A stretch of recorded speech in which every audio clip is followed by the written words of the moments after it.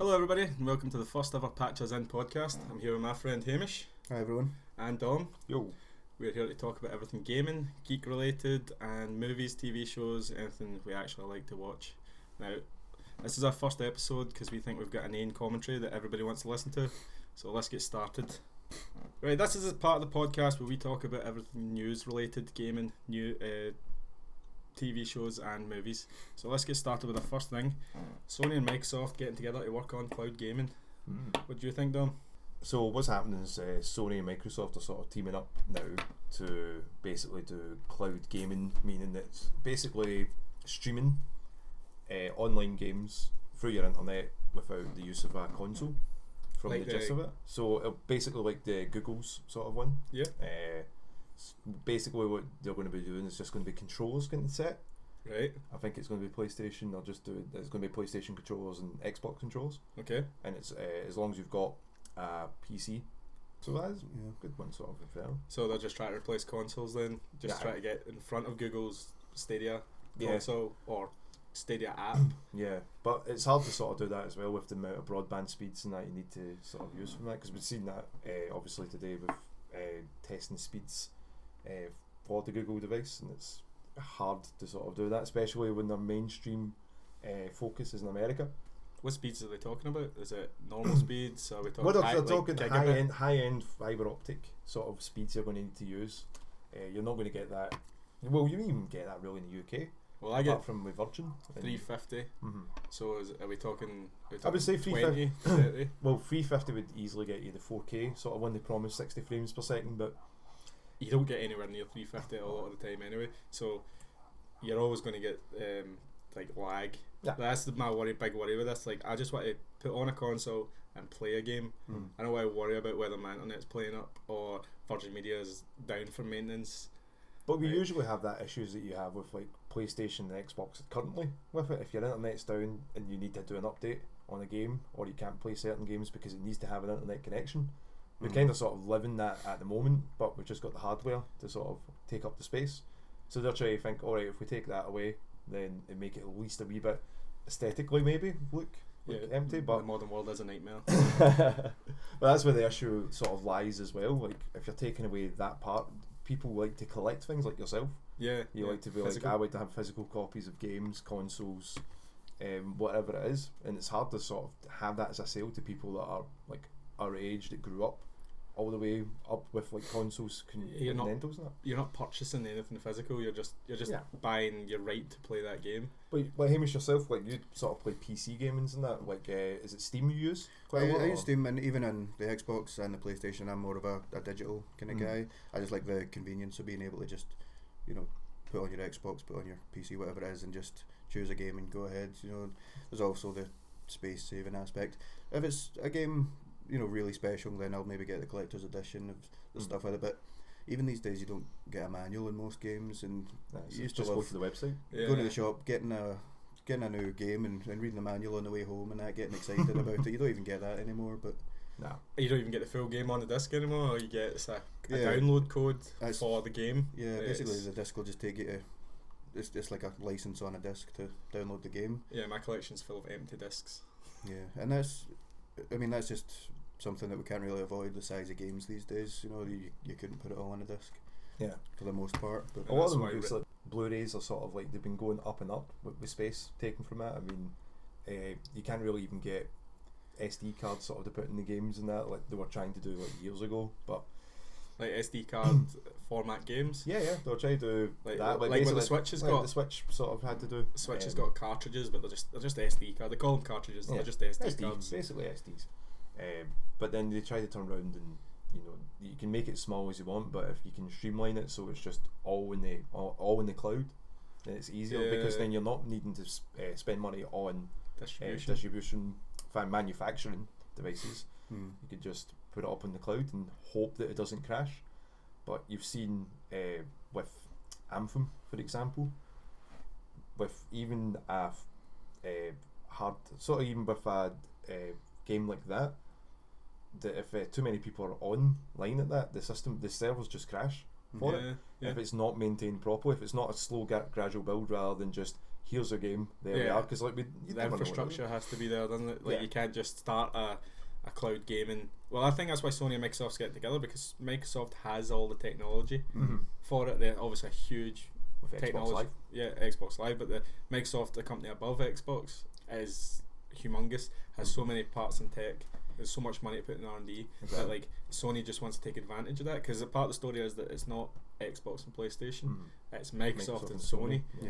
So like it's the two consoles aren't working together. The two companies are working together. Yeah. So it's almost putting the onus on Microsoft to create the cloud networking for gaming in the future, so Sony and Microsoft can keep their market shares. Yeah, and not lose out to Google that's taking over absolutely everything. Yeah, 50-50 is better than 30. 30, or even less than that. If Google played it, is it Stadia? Stadia. Stadia. I think Stadia is an old shitty console that Bandai put out in the Bandai, 90s. But Stadia, if Stadia takes a lot of their market share, they're not going to be happy about that. And Of course not. Microsoft being a juggernaut, they can help push so much money into it that it can Stay afloat. keep their brands above Google's gaming brands. That's it. That they want to get in front of them. So yeah. Especially with like even with the Google Play Store, with their mobile market and that as well. Yeah. If they're going to start streamlining that now to like home consoles, be very Yeah. interesting to see what they do, because as you were saying like earlier with like tablets, using them sort of like that's a market that we don't really use that much. Like as gamers, like you can't old school play gamers. old school gamers, but you got to see like Fortnite's so popular, like on handhelds, PUBG handhelds, as well as tablets. I've seen people like buying tablets in my work just for the sake of playing Fortnite. That's nuts. crazy. I can't play with a controller. No, same. I can't do it. I can't play on a touchscreen. No, it doesn't feel natural. No. I think that's just we're a preference. product of our generation, and we always have a- Dinosaurs. Yeah, we're What do you old now. What do you think? Are you going to get involved in the cloud gaming? Or are you just going to stick to your generation 1 or generation 3? I think Nintendo NES started until like Xbox 360, Xbox One, PS3, PS4. Like I'm happy where games are at, but I'm old, so Don't want to learn new things. yeah. I like the experience of buying a game in the shop and being Physical excited, media. having physical media. The artwork on the box as well is a big part of it. I'm not sure if I'll get into the streaming aspect of it, but I do think that Sony and Microsoft working together is definitely a good thing. It's something that I think gamers in particular have wanted for quite a long time. Yeah, it You starts know, it's- crossplay. Yeah, crossplay and things like that. I mean, it's a move for the gamers. You know, I think we will benefit from it. So I'm definitely all for the marriage. You know, the working together. Okay. I think it will be a rocky start to begin with. Like Yeah. most things that will happen with using streams. They'll push it out downloading too quick.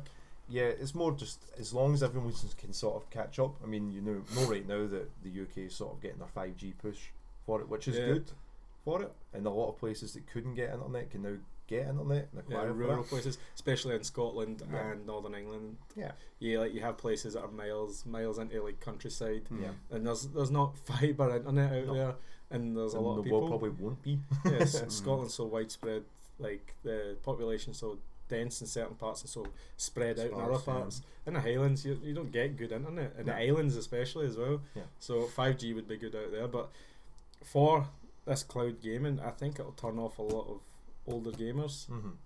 I think so as well. Yeah. Just the people that collect them, the ones that have that sort of feeling that they need to have the console brand. Like branding's quite important to a lot of people. You have your Sony elitists, your Xbox elitists, and they're all making fun of each other. Nintendo fanboys. Exactly. So you'll get all of that, and people thrive off of that. They want to feel like they're part of a club, and yeah, I'm all for Sony and Microsoft to go and do it, but hopefully it won't be at a cost of like their fan base. All we'll have is a PlayStation with an Xbox app. Yeah. Maybe. Yeah. Which would be pretty cool. I don't know. I don't think I like it. And it's the same with the Game Pass just now. They could just take a game off of the streaming that you've been playing and you're halfway through, and then they decide, well, we're not offering this to stream anymore. You know, there's no guarantee that you're going to have it. That's the big danger with digital gaming, though. So if I buy the cartridge with the Switch or the disc with my other consoles, I have that forever. But if I download a digital title, then my hard drive fails. Yeah. then it's no longer available for install, and that's where you get situations like the PT demo that you can't download it. And people are selling a PS4 with PT for thousands of pounds on eBay. It reminds me of that Flappy Bird. Yeah, Flappy Bird was a big one when everyone was going nuts, especially on iOS. Like that was when it was killer. That was just Nintendo assets. That was crazy. Taken off the store, and then people are selling phones with it on for megabucks. Yeah, It's ridiculous for, basically what was a clone of an old game, and it's just simple concept, but that's it. Yeah. Everybody loved it. Right, circling back to it, do we like it? What do you think? I like the concept. I'm not too sure in execution. Yeah, it's always going to be a rocky start. You don't want to be the first adopters of any technology. Oh no. Yeah. What do you think? Are you going to go for it? Would you be interested in the Google Stadia? I don't think so, no, to be honest. At least not at first. I'd definitely want to see, like you were just saying, you don't want to be the early adopter, and deals with all the problems. But at the end of the day, you're not being forced to do it. They're still going to make physical games. There's still going to be other ways to play. Well, for a long time, I think. Nintendo will. Yeah. I don't think they would phase out physical games or, even just downloading digital games. Not for a very long time, anyway. Yeah. So it's, no one's being forced into it, so I see it as a plus. It's another way to get content. Another way to play games. Exactly. It's always good. If you can do it at work, that'd be even better. We'll move on, guys, to the PS5 demonstration. Ooh. From what I saw, there was the Spider-Man. You played Spider-Man, both of you? Oh, yeah. Mm-hmm. Oh, yeah. Smashed that. Good game. Platinumed. Yes. Platinum too. Platinum. A few times after the DLC came out. You know the fast travelling part? Mm. It takes 10-15 seconds or something like that, depending if you've got a Pro or if you've got a standard Xbox. 0.18 seconds. Yeah. That's very impressive. I think it's 0.18 seconds or 1.8 seconds. I should have wrote this down. Yeah, But it's 0.8 seconds. 0.8 seconds. It was extremely fast anyway. It was like, phew. So it shows you, I think this is hilarious because they're no longer showing off graphical power and features. They're going, look how fast the console is with loading times. Yeah. Because I don't think anyone cares more about graphic power except PC at least, but we are now in a situation where the benefits of having better and better graphics are it's getting low. It's diminishing. Law of diminishing returns. Fucking this up, but law of diminishing returns. You're not getting any more jumps between PS1, PS2, PS2, PS3. There's no wow, look at that. It's more now, look at these features. I think these days people are more interested in if they can have it 60 frames per second consistently and things like that, rather than graphics performance. And I've never really been a graphics purist, I like to open a game like Witcher 3 or something like that in 4K. Absolutely gorgeous, beautiful game. Sea of Thieves, beautiful game. It looks great, and you definitely appreciate good graphics. But at the end of the day, if the gameplay's good, then I would play a game with subpar graphics if it's really a good game. Yeah, I play 8-bit games still. Yeah, you see the way that people were ragging on the Switch power. Oh, that's not that much power, but they've managed to release Super Mario Odyssey, Breath of the Wild. Yeah, good looking games. And so games are really good looking games. Exactly, and that's when you would sort of want to have that power that they've been showing there with the speed, especially having a solid state drive in it. It's sort of rumoured to have. Is that the PS5 is going to have a solid state drive? Yeah, so that's why it's instant. That's why it's so. That makes sense. Yeah. They even showed off when you were going through Manhattan. I don't know if you've seen that video. No, I didn't see so it was showing you going through Spider-Man speeds. On the PS4 Pro, and it was so you can see some of it's sort of a bit blurry in the background for it, and it's just to sort of help for it. Almost like then pop-in. Remember N64 pop-in? Yeah, those pop-ins in the PlayStation 4 Pro. So it was interesting to see them go, but then that's when you're going rapid, speeds that you couldn't get up to. Right. Even with Spider-Man, it's saying, and you can see it's blurring. It says on this new console, and it fires through the exact same way, and it looks like a film. See, Inception, when you're going in and you're sort of immersed in it. I was like, that's really scary. That looks good. I want one of those. See, I will be happy if this console is a souped up PS4 with backwards compatibility. See if they come out with a PlayStation console, especially for me who's got a massive collection of PS1, PS2, PS3, PS4 games. If I've got one console that can play all them and even do the Xbox trick of better performance on older games, that I would buy that straight away. I would get rid of my Pro and buy that straight away, because that's a selling point now. You're not interested in that. I'm pretty sure it's backwards compatible with the 4, the 3, 2, even. I know the 3 is super difficult to backwards compatible with because of the cell. I think it's a cell processor, which is designed just for that, and then they go to a more generic processor for the PS4 because it was too expensive, obviously, and that's why the PS3 was a bit of a failure in that regard. It's because it was just it was not super hard to get games for, for that as well. But some, like now that you've seen on the PlayStation market, like a lot of PS3 games have came to it. So maybe they've just like, okay, we've got what we've got now. We can sort of have that if you've got the disc for it and just roll it out like Microsoft have done, like when they always do their Xbox originals backwards compatibility. Like Black was the big first one that came out. Yeah, that looked really good. Yeah. So and then even like their Jedi Academy too. Yeah. Like that runs brilliantly. I was like, I forgot how good Star Wars games were. Like they weren't sort of hammered like with games that will look really pretty but didn't play. Oh yeah, they look absolutely gorgeous now, but they don't feel like a Battlefront, or they don't feel like a Jedi Academy. They feel very stilted. Have you seen the Final Fantasy 13 Digital Foundry video? Is that with like the frames per second of that? Or? The way they updated that game, it was so large that they could, for the Xbox 360 they had to compress it so much to get on DVDs that the game was almost like horrible looking. Like to get it down to the point where they could fit it on the Xbox 360, it was terrible. So what they did was the original like cutscenes, they went down to like below HD and like horrible borders on them and stuff like that. Compressed. And the huge update they've made for the Xbox One, they've made everything so much nicer. It's almost like a PC edition where they've just like went, instead of re-releasing the game as a remaster, they've went, here's the update, here's how the game should have looked. Yeah, at launch. Yeah, because it was on 4 discs from what I remember as well on the Xbox 360. 3 discs, I think. Yeah, because I bought a second-hand copy and it didn't have the first disc. Was that from my shop? It might have been from your shop. No, I think I bought it from G-Force and Claybank. For that as well. That was terrible. I was very upset. I still haven't played it because of that. But the PS5 demonstration is exciting because I think they may be listening to the demands. It's not about graphical power anymore. It's about what can you provide us now. Faster loading. I want backwards compatibility. It's just user friendly features. Xbox had to provide these features because they were losing this generation. So PlayStation have went, these are now standard on our consoles. Which is only a win for us, I think. It's always good when they actually listen and incorporate things that we want. The thing about the solid state drive, there may be the temptation to go wild, make big massive open world games are huge now, and they could end up being massive, and unless the PS5 is going to come with 4 or 5 terabyte hard drive, then it may get to the point you can only have a few games on your console at a time, and then you're having to put more money in it to buy an external, or if they do ship the PS5 with a large hard drive, that's obviously going to drive up the cost of the console itself. And so I think that's something that we need to look out for. But I think, because the way that they can sort of the compromise there is that the games won't take as much space up for it because it's on a solid state drive.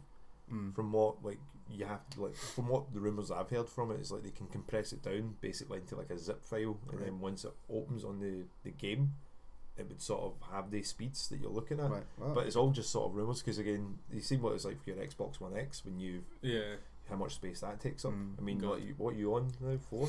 I've got a 4 terabyte drive, and I think it's got a terabyte built in, and I'm almost full, mostly because I've got Game Pass and I buy a lot of games as it is. But the issue is like Gears of War 4 was 112 gig. Like games are over 100 gig now in installation files, and if you're getting a 500 gig or a 1 terabyte hard drive, it's not going to be enough. Especially 5 or 10 games maybe. Especially if you buy 2 games a month or something like that, especially these hardcore like graphics intensive games that need a lot of data. You're going to be going out there and buying a external hard drive where you should be getting a hard drive internally that can hold 3 terabytes, 4, 5, 6. 6 terabytes is maybe too much. Maybe they'll put 3. I expect the Xbox to put in a larger than 1 terabyte drive in the next one. I'd say they'd have to. They've set the bar now with the X with 1 terabyte, so they want to at least double it. And they've also done the Xbox 360, the Xbox One's Gears of War, which is a 2 terabyte. Have they? Yeah, that's what I'm looking at as well. The size of the games as well. Like it would be different if it was a single player game, say something like God of War, and you'll play through that, and then you can delete it. But there's a lot of games these days, you know, Master Chief Collection, Halo 5 and stuff like that, Red Dead Redemption 2, where they've obviously got the single player, but then there's also the multiplayer. So, you know, I've still got things like Red Dead Redemption 2 on my hard drive, even though I don't really play the online as much as I used to. But that's, you know, that's, I think that's about 90 odd, 89, 85, 90 I think it is. Master Chief Collection is 83 or something like that. Yeah, that just got a big update as well, so it's even more once you start updating. Yeah, and partly because they're so big as well, and you think, I don't want to delete that because I might want to jump on and play a game, and I don't want to wait, you know, half an hour for this to download and install. So yeah, well, that's the problem with this generation. Installation, updates. It might just be because we're used to a different style. Put the disc in or the cartridge and the game flows away. But that's the downside to this new generation. Well, it's not new anymore, it's been out for about 7 years, but like this generation, current generation, the current generation, you'll put a game in and say it's like Apex Legends, right? I don't play Apex Legends, but like you don't complete that and delete it. It's all you might want to jump on at any time and then play that game. So you've always got to take the good with the bad. yeah, you might have that and another couple of multiplayer games and then one single player game you're playing. If single player games survive into that next generation, they might all be. There's always going to be single player games. Yeah, I hope so, because I am terrible at Battle Royale. Okay, guys. Unlucky because that's everywhere now. We'll move on to some movie news. Movie and gaming news. There is Knights of the Old Republic movie trilogy, been written by the writer of Alita Battle Angel movie, not the manga writer, and PlayStation movies from the games. For example, Ratchet and Clank was one. We might get Uncharted and Last of Us. Right, movie games suck. Mostly. I say mostly. I'm trying to think of an exception, but Detective Pikachu. I've not seen that yet. We will discuss that soon. But I would say that was pretty solid. Mortal Kombat, the first one, I give you that just because it's so cheesy. That's 90s. So bad is good, kind of cheesy. Yeah. But then that's came all back around with like MK11 and that as well. That did pay homage to a lot of the movie things for it because they realised that as people did love that movie, as cheesy as it is. But don't you think that the reason we've got The Last of Us and Uncharted is because we had movies like Indiana Jones and like I don't like zombies, but zombie movies like Zombieland and stuff like that. Like I know it's nothing like The Last of Us, but like those movies, like they inspired the games, and now the games inspire movies. Like we're coming full circle, and it just sounds like they're trying to double dip money wise. Why do you need a movie when you've got the game to tell a better story? Uncharted especially. Uncharted I don't think you could make into a movie that doesn't just straight up rip off Indiana Jones. Well, the problem is they have tried to do that before and they have failed. Like movies like have a great concept, you're like, oh, that would make a good movie from that game. Assassin's Creed's like a big one for that. Had a good actor as well. Yeah, exactly. Fassbender doing it. You're like, okay, that's going to be great, and then you watch it and it's nothing like the game because unfortunately when Hollywood get their hand on things like that, they try to tell you what you like rather than let you know why it was so popular. Yeah, you've seen that happen. I mean, the big Mario Brothers, Sonic just recently as well, where people were just losing their mind over the way it people's looked. hearts. It's not that they're doing it because they feel that they're entitled to have it. They're doing it because you're damaging something that they sort of had hope for it was going to be good, or they had some sort of like connection to it, and they don't want to see and a lot of time invested, a lot of money invested, and you'd think the people would see what makes this work. And then, I mean, Detective Pikachu is a good example of that. Like, they know that the people that are going to go and see this movie are fans or like the concept or like Ryan Reynolds anyway from there. Yeah. But they know that people will be happy to see a movie done well. Like, I don't want to get into too much into Detective Pikachu because we'll discuss that later. But then you would see like what do you think of the Knights of the Old Republic trilogy? So it's getting done by the same guy supposedly as well that just did the Game of Thrones. D&D. David Benioff. So supposedly they're sort of writing or doing the directing. They're very popular at the moment. Yeah. No, they're unpopular because of the last season. But so that's where it's like you would need to see if it is going to be the Knights of the Old Republic, because like they were like my favourite games of the Xbox generation PC. I remember that was the sort of the first PC games that I started playing. Xbox, mate. That was Xbox. Mate. It was my first Xbox game. Yeah. It was like, like, so complicated for me though at the time. It was more like it runs way better on a PC. It's just much easier. The menu system and that wasn't really made for. Plays on the One X now as well. Yeah, so yeah. I want to play it again. It still feels a bit easier. It's the same with like any kind mouse of and keyboard style game. Game. It's just easier. But the story for that is like, you know, so strong for it. You can still even remember. I remember like, all the twists and turns that happen in it, the characters you meet, the planets you go to. You're like, oh, that's awesome. And at the time, that would have been when episode 1 had just the prequel trilogy the prequel came out. So it was very interesting sort of time because you know you're still having people going, oh, episode 1 was amazing, and you'll have other fans at the time going, oh no, it wasn't anything to Star Wars. And then years later, obviously, a lot of people have different minds, and it's still kind of split. It's terrible. It's the first sort of experience. That's always going to be someone's first Star Wars movies. Do you think they will follow the game's story, or will they just call it Knights of the Old Republic, have it set around the same time, and have story beats that follow the game, or straight up copy it? It's going to be a watered down version, hopefully, of the story.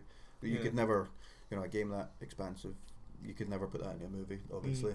But there's great story in it. You know, it was a brilliant game, and I think people will be very refreshed to see a Star Wars movie that isn't Rebels versus Empire again, basically. Or you're just sick of the Empire. That's my biggest gripe with Star Wars. It's always the same story with different characters. That's my gripe with the new generation of Star Wars. It's just the First Order is the Empire, and then there's Rebels, and it's the same characters, same storyline. And I know that that's why they did it, like, to hit those same nostalgia buttons that you've got, but you need, there's more to that universe, and they proved it with the novels. Like, why isn't there a Thrawn film yet? There should be. Like, people will buy that stuff. Star Wars fans love throwing money at Star Wars, so hopefully this is a step in the right direction. We obviously got a Boba Fett film coming out as well, you know, and Mandalorian. That's a series on Disney. Series, is it? Live? Yeah, Disney for us, Plus. we might have to Pirate Bay that, but like, I would say don't listen to that. We don't do that. we don't do it. What pirate who? But you know, it's a step in the right direction. They're actually looking at, you know, the larger universe, the expanded universe, and because there's a million amazing stories in there. There must be more stories than Rebels versus Empire. Oh yeah. And it's going to be a trilogy as well, potentially. So like, there's only 2 games. There was meant to be a third one, but I thought it was canned. And it probably will never get made after. You know, EA will make another Battlefront and destroy the gaming part of Star Wars for everybody. So we'll never get one of them again. What do you think of the PlayStation studios then? Do you have anything you would like to see? Like, so easy one to say, God of War would be a good one. Yeah, that would be phenomenal to see. Amazing. I want Vin Diesel as my Kratos. There's so many possibilities you could do with that, especially with the new game giving it life. There's a lot of new mythologies in it. I still like the old games. Well, the old games are pretty solid. Like when it got to like what was it, God of War 3? No, not 3. What was the one? Ghost of Sparta. Is it Ghost? Sparta. What, it was one the PSP one. Ghost of Sparta and I think Chains of Olympus. Chains of Olympus. I think that's when I was like, you're out. Yeah, but then it's like I sporadically played them. I wasn't die hard into them, even though I love like DMC and games that are quite actiony for it. It was like I kind of get it. Well, there's 5 of those type of God of War. 5 games is a lot. That's for any series. You get your burnout. But then there's like other movies that you could potentially see, like Uncharted would be really fun. Yeah, but it is just Indiana Jones. But then it's also Tomb Raider. Would you get Nathan Fillion in to play? He's too old. Nathan Drake. He's too old, unfortunately. And get that Star Wars de-aging technology on him. Just want it for that. But they've got so many like licenses that they could possibly do it with. Loco Roco. Parappa the Rapper. Parappa the Rapper the movie. But then they could do that in TV series, like, because I mean they don't necessarily need to do, like, they could see what works in the movie format, and then maybe we can sell this to maybe Netflix or Disney Plus, and opens up sort of avenues you could do for that. Left Field. Yeah. Infamous. That's superhero powers. You know, it's sort of X-Men, but like I'm pretty sure the Superheroes are all the rage these days. So. Infamous, it reminded me of Prototype, and I think Prototype. I think they were the the same yeah. type of game. And I'm pretty sure that was going to be a Venom game.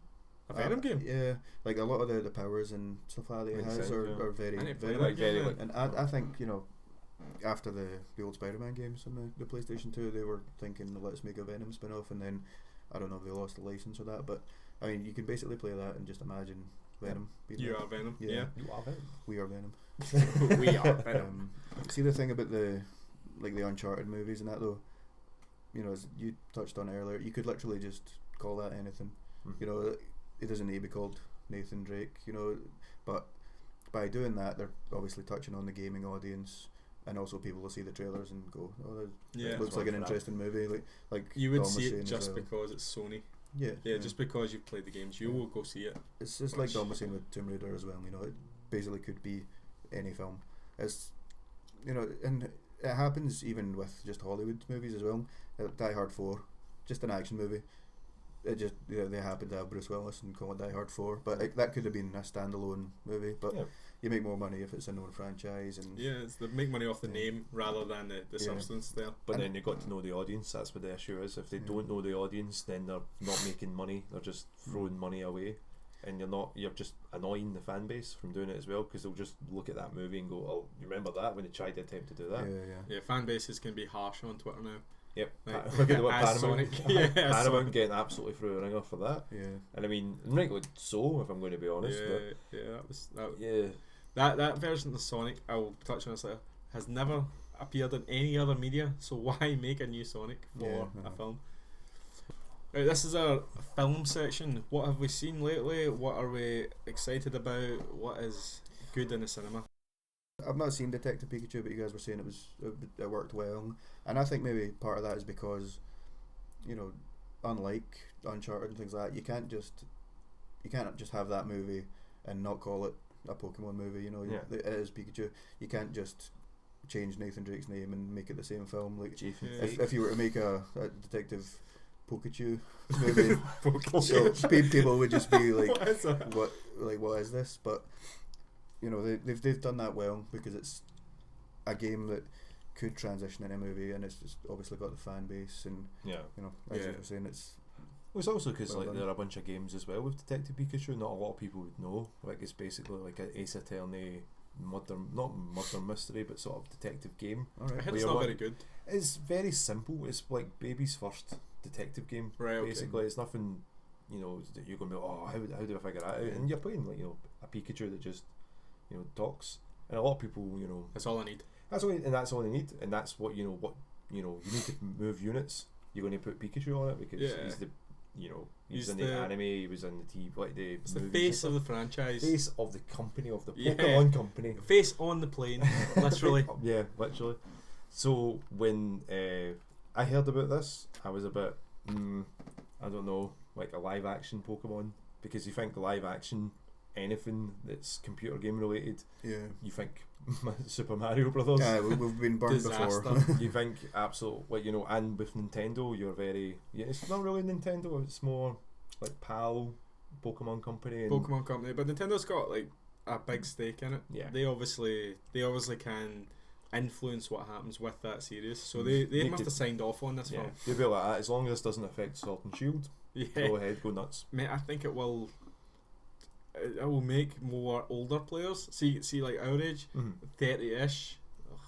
But like, when Don't we remind first us, we were like the perfect age for red and blue. Mm. So like I fell out just after gold. I came back in the last generation. I got Let's Go Pikachu. So like my age now will go, oh, I might pick up Sword and Shield now. Yeah. That I'm back into Pokemon a little bit. See if I can like it. That'll boost. They don't need it, but they'll boost their sales. Like Pokemon is a juggernaut even without our generation. But Yeah. like if you keep those fans from before and add the new ones, Yeah. like it's more and more money for Pokemon Company and Yeah. Nintendo. Exactly. I think they greenlit the movie back when Pokemon Go was huge as well. Like that was a killer app that everyone was using. I didn't know one person that wasn't using it. And now, you know, yeah, it's taken a while to make the movie, obviously, but you can still rock with that momentum forward, Yeah. keep going up, and hopefully, as you said, it would take Sword and Shield and get new players, especially being on the Switch. the Switch's first full Pokemon game as well. Like Let's Go Pikachu and Let's Go Eevee are just like games. they're fun wee games for it, but they're not what the sort of demographic that the old school gamers, like you're saying, that are hardcore into this, and the kids that are just like first Pokemon game. Any game that lets me ride a Snorlax belly, I'll buy that day one. That was the best image I've ever seen. So Bounding its way along, I'm stuck to its front. what I liked about the movie was everything was to scale. Oh, so we're talking about the Pikachu now. Yeah, I'd say everything to scale was amazing. How good was the designs? They were crazy enough, but they just pulled back from being like uncanny, like weird monsters. They were like The closest one it came to was probably Mr. Mime, but then he's He's always weird. been creepy, so it's alright. But yeah, I agree with that. Like, who was the one I was like shocked at? Jigglypuff, like being at the bar singing and all that, and I was like, oh, I don't know about that. But then kind of get used to it because it's just you're like, oh, it's just got like a lot of fur texture. Yeah. They picked the two best Pokemon to be the main ones in the game. Well, the three main Pokemon, right? Psyduck, which is hilarious He's brilliant, because yeah. Psyduck was the best. It's funny. Pikachu, played by Ryan Reynolds, which is two sorts of cute in the one. And then you've got Mewtwo, who is probably the coolest Pokemon, He's pretty badass. and everyone knows him from the first Pokemon movie, which, by Yeah. the way, was referenced in this film, so it's Yeah. canon. Yeah, it's- Those films are in the same universe. Nice. Pikachu, Psyduck, and Mewtwo are the three main Pokemon, and they look brilliant. Yeah. Like, they look really, really good.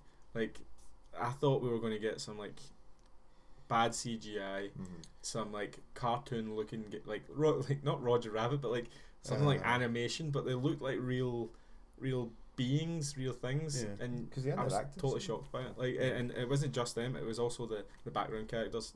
They look part of that world. Yeah. It was crazy. So yeah, I would completely agree for that as well. We I mean, cute Bulbasaurs. Bulbasaur, like that Bulbasaur moment, we Yeah. heard squeals in the cinema. Yeah, Like, yeah. "Eee," I'm Yeah, like, like- it's too cute And for you this. could tell they picked the first, a lot of Like the the first Pokemon gen. out with the first gen, Yeah. because like they're aiming it at nostalgia. Like Yeah, of Bulbasaur, course, because it'll be. there's a you know, Charizard and a Blastoise. Like those are like the Pokemon everyone loved at the beginning. Yeah, of course. Plus Pikachu, obviously. Side question while we're there. Best starter Pokemon? Ooh, Squirtle. I'm gonna say Squirtle. I would say I always went Squirtle. if it's all gens for it, is I would always go fire types, but out of the old gen, I do like Bulbasaur. Oh, It's Anna, obviously Charmander. So there you Oh. go. That's a good dynamic. this is why we Rock, are paper, doing scissors. this. 3 different sets of Wow. opinions. Two How do you wrong think ones that? and then me. But Detective Pikachu was, I'm gonna call it the best video game film I've seen. Yep. Yeah, the hands best down. video Yep. game I've seen. That's pretty high praise. And it is a solid 7.5 out of 10. Yeah. So tell me how much of that was Ryan Reynolds? Oh, most of it. Most of it. Yeah. The other actors were a bit hammy. Ropey. I would say Disney-esque. See, like very like Disney Channel Like, actors. Overacting. Yeah. Like, you don't really care about them. You care about the Pokemon. They're only there to service Pikachu, pretty much. So if someone else was voicing Pikachu, it wouldn't be as good. No, as no. It 'cause was it- Danny DeVito. That was my favourite one. I was like DeVito. Ryan Reynolds was riffing. He was, Yeah. he was just like Had making fun. fun. The Deadpool style. He pretty much played PG Deadpool Yeah. in this, and it worked really well. Mhm. I was really impressed by the way they made it, so that anybody, even if you didn't play a Pokemon game, you Mhm. could get into Yeah, you this. could get in it. Yeah. Like there's a lot of kids at my showing though, so Yeah, that's kind of inevitable. yeah, I hate that. I want this thing for me to like. And Yes. that's it. Only I can like this. And they go those midnight showings, Yeah. Like the kids Well, we are went in at- bed. I think we went at lunchtime, which was a terrible idea. Yeah. We ended up going like day one. Me and Rob. Day one? And it was like just packed. Yeah, Go first for it. Pokemon you saw Mewtwo, and just the wee child inside you was going, "Whoa, yeah!" And you're like, and it was in the same position he was like in the opening of the first movie that they did Yeah. all Yeah. those years ago. Yeah, And yeah. it's- 20. Is it 20 years ago? And just I was going to watch that again lately, but looking I never, around at the never kids like, found you a guys copy. don't appreciate You don't this." know who this guy is. You weren't there in the beginning. You weren't there. Yeah, You weren't there for the bat. You weren't there for that kid that replaced Brock. No one liked. no one likes. I don't want change. I like it to stay the same forever. But yeah, I would totally recommend going and seeing it. We- As a Do you Pokemon want to go fan, see it soon? Yeah, We'll go see no, it. We can go see it again and we can give a more in-depth Yeah. look at it. I'll be honest, like, when I saw the first trailer, I was like, what are they doing? Like, Yeah. Oh yeah. Oh yeah. why are they doing this? You know, they're gonna ruin it. But then even by the second trailer, I was, you know, I don't know if it was, I was just getting more used to the idea or it was a better trailer. But you know, I definitely something that I would see. Absolutely. Yeah. Yeah. I would recommend it for people that like Pokemon. Anyone else that the story's about? Yeah. Quick Yeah, question but- before we move on though. Yeah. Are we all buying Sword and Shield? Because I'm buying Sword. Oh and Shield. yeah. Yeah. I'll buy probably Sword, I'll buy Shield and then. then we go, and then we can battle each other. And you can. You can buy both. Oh, That Charmander player. I'm definitely gonna win then if I've got Sword and a Shield. Then.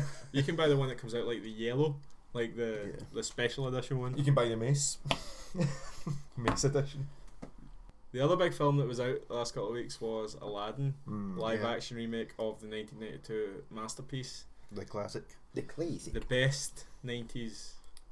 Disney film. I'll get a lot of pushback for that because Lion King fans, but Aladdin was better than Lion King.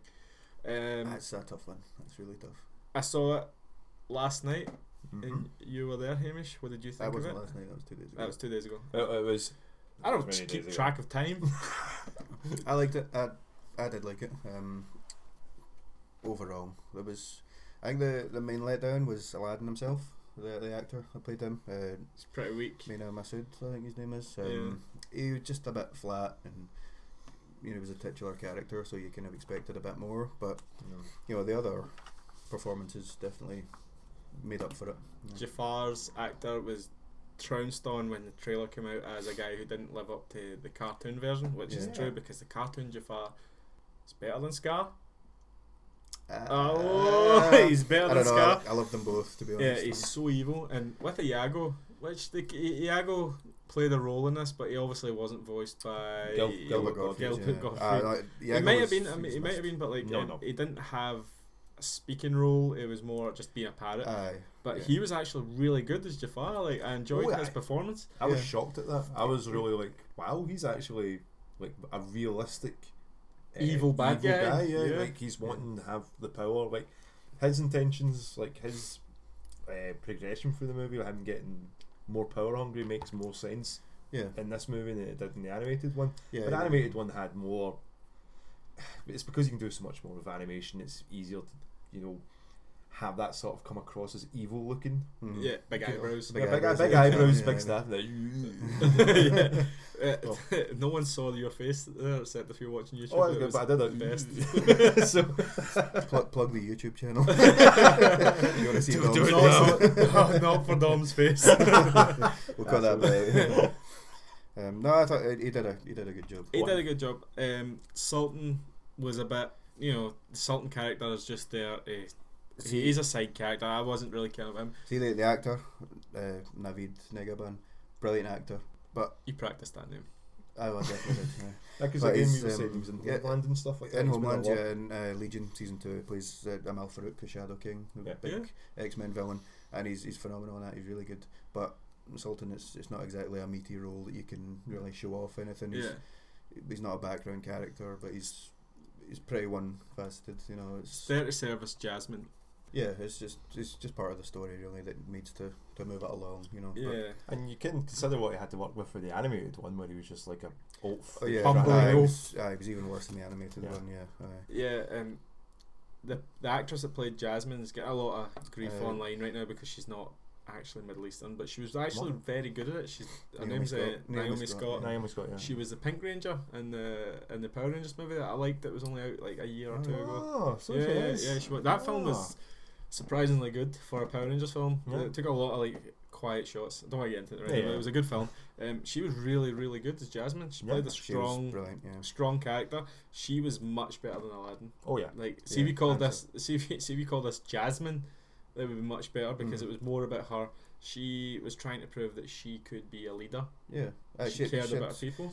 much better motivations, whereas in the animated one, it was basically just I need to find someone to marry. You know, Yeah. it- So yeah, it was very a cookie lot cutter. more, yeah. for It was But in 92. this one, a lot more complex character, you know. But then it's like I thought myself when she started singing. I'm like, I've never heard this song before as well. Speechless. Speechless. yeah. It was quite good. Oh, And she that's- was basically Thanos and everybody. Yeah. I was like, yeah, Trying to that's disappear, isn't but it? I was like, oh, okay, this is a bit on the nose, but all right. And then it cut back, and then she did that speech about how she wanted for the people for Yeah. it, and I was like, right, no, that they didn't need that. I felt they didn't need that song leading up to it Right. because the speech was so good. Okay. Like the whole part with her squaring up, Square. Square Square. up, Square go, mate. her facing off against Jafar when he became Sultan. Yeah, For it, define him, yeah. and so that speech there, I was like, no, that was really good. That was really strong. I like that song. I thought it was good, and I think it was the best singing performance. Oh, And, yeah. like, she's got some set of pipes on her, and she was a fantastic singer. I thought. She's very good. She takes over the film much better than the lad character does. His singing, I think the song where they chase him in the market. Yeah. Did you notice this as well? It wasn't very good. They could Yeah. keep the rhythm Yeah. because in the animation they could keep the rhythm and the song together. Mm. But like live action's much harder to make that go together. Because when they were doing the rooftop jump, did you see him going? Yeah, doing yeah. the it's- move, yeah, where he was but sort of see, mimicking it, and it was. I think that's down to Guy Ritchie. That's something that he does in his films. And Yeah. I never even realised it was a Guy Ritchie film until the Yeah. opening credits, Yeah. and that totally passed me by. Weird director to have for this. Yeah. The director of Snatch, Snatch, and oh, Rock yeah. and Roller, and Lock, Stock. Talk to smoking Yeah. barrels. But he's got this thing that he does, and he's put slow motion in it, and it just doesn't fit. You know, there was a bit with Yeah. it in the market, they were running away, and car. it just slows down, and you're like, Yeah, I was. why? They did why are the they sort doing of this? grabbing onto the cart, and it sort of went a wee bit weird. Aye. I did watch it in It's 3D as well, totally but I didn't don't fit. know like if that was it. Like, but I remember me and Aye. Jason looking around at each other, going, "Did you?" Yeah. And then 2D it was just as bad. It just took you out of the film. You're like, Mm. why is this happening? It's completely unnecessary. But then again, like that was not as like not as bad as like other things that you could get for it. It just Yeah. is very like takes you out in the moment, as you said, for it. I think the biggest thing this film had to fight against was the fact that its original cartoon was so good. Yeah, it was So so like loved. everyone was just going to look at it and go, "That's not as good. That's Yeah. not as good. that's That part's not as good." that's always going to be the way with these Disney reimaginings. You know, Yeah. because everyone loves Disney. Basically, you know, there's always big shoes to fill, Yeah, massive. and Especially because there's like, especially the finale in this film. I don't want to give too much away, but like, the finale of the cartoon was so big. There's so much Yeah, things grand. happening, and then it felt like the finale of the film was And you need to get small. It was a lot smaller Yeah. than the not as actual. climactic. Do you know Yeah. why? Do you know why? No. There was no big snake. Mate, I was waiting for it. I'm like, there comes the snake, and then They there was paid no homage to it though. There was a big snake in the centre of the. I think it was a courtyard they were in. Yeah. There was a big snake wrapped up. I Did thought, is that going to come to life?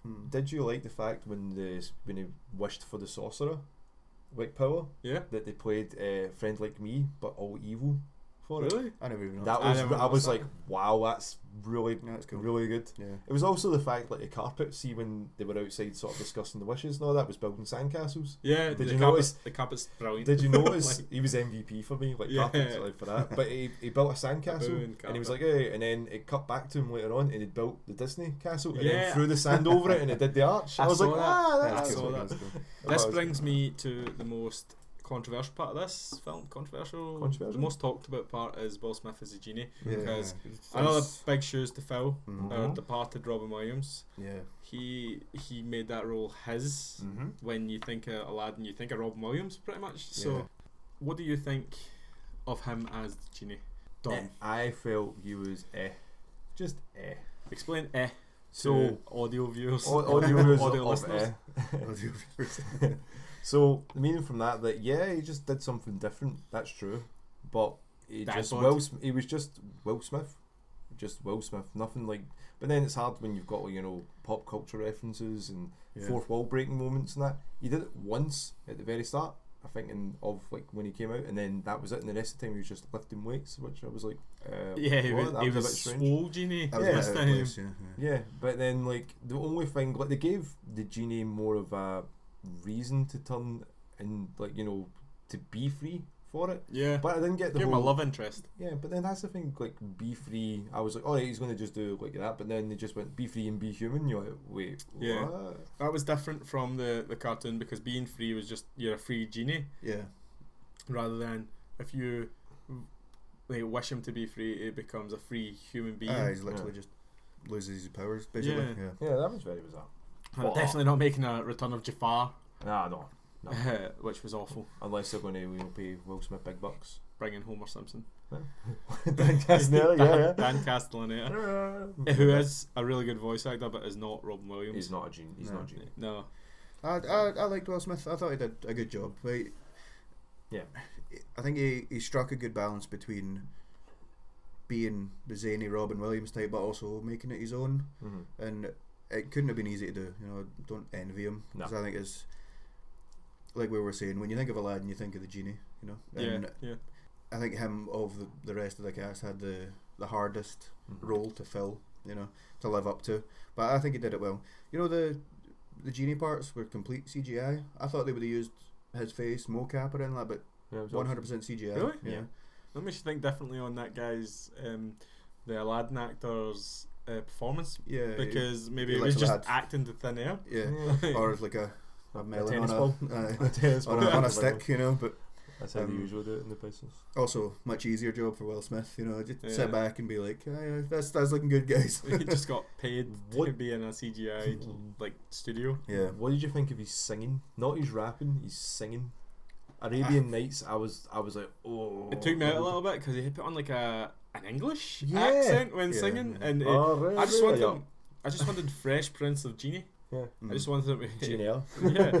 If you're going to get Will Smith, just go into it, like go all the way. Lean hard. Yeah, Yeah. like you're going to get enough backlash for it anyway, so just may as well go for it. I think they kind of did, you know, by making him rap and beatbox and stuff like that. You know, that was trying to incorporate more Will Smith, and that's what I was touching on with the balance between, you know, Robin Williams and his very eccentric running about genie style, but also they did update it, you know. Mm-hmm. So I think it was alright.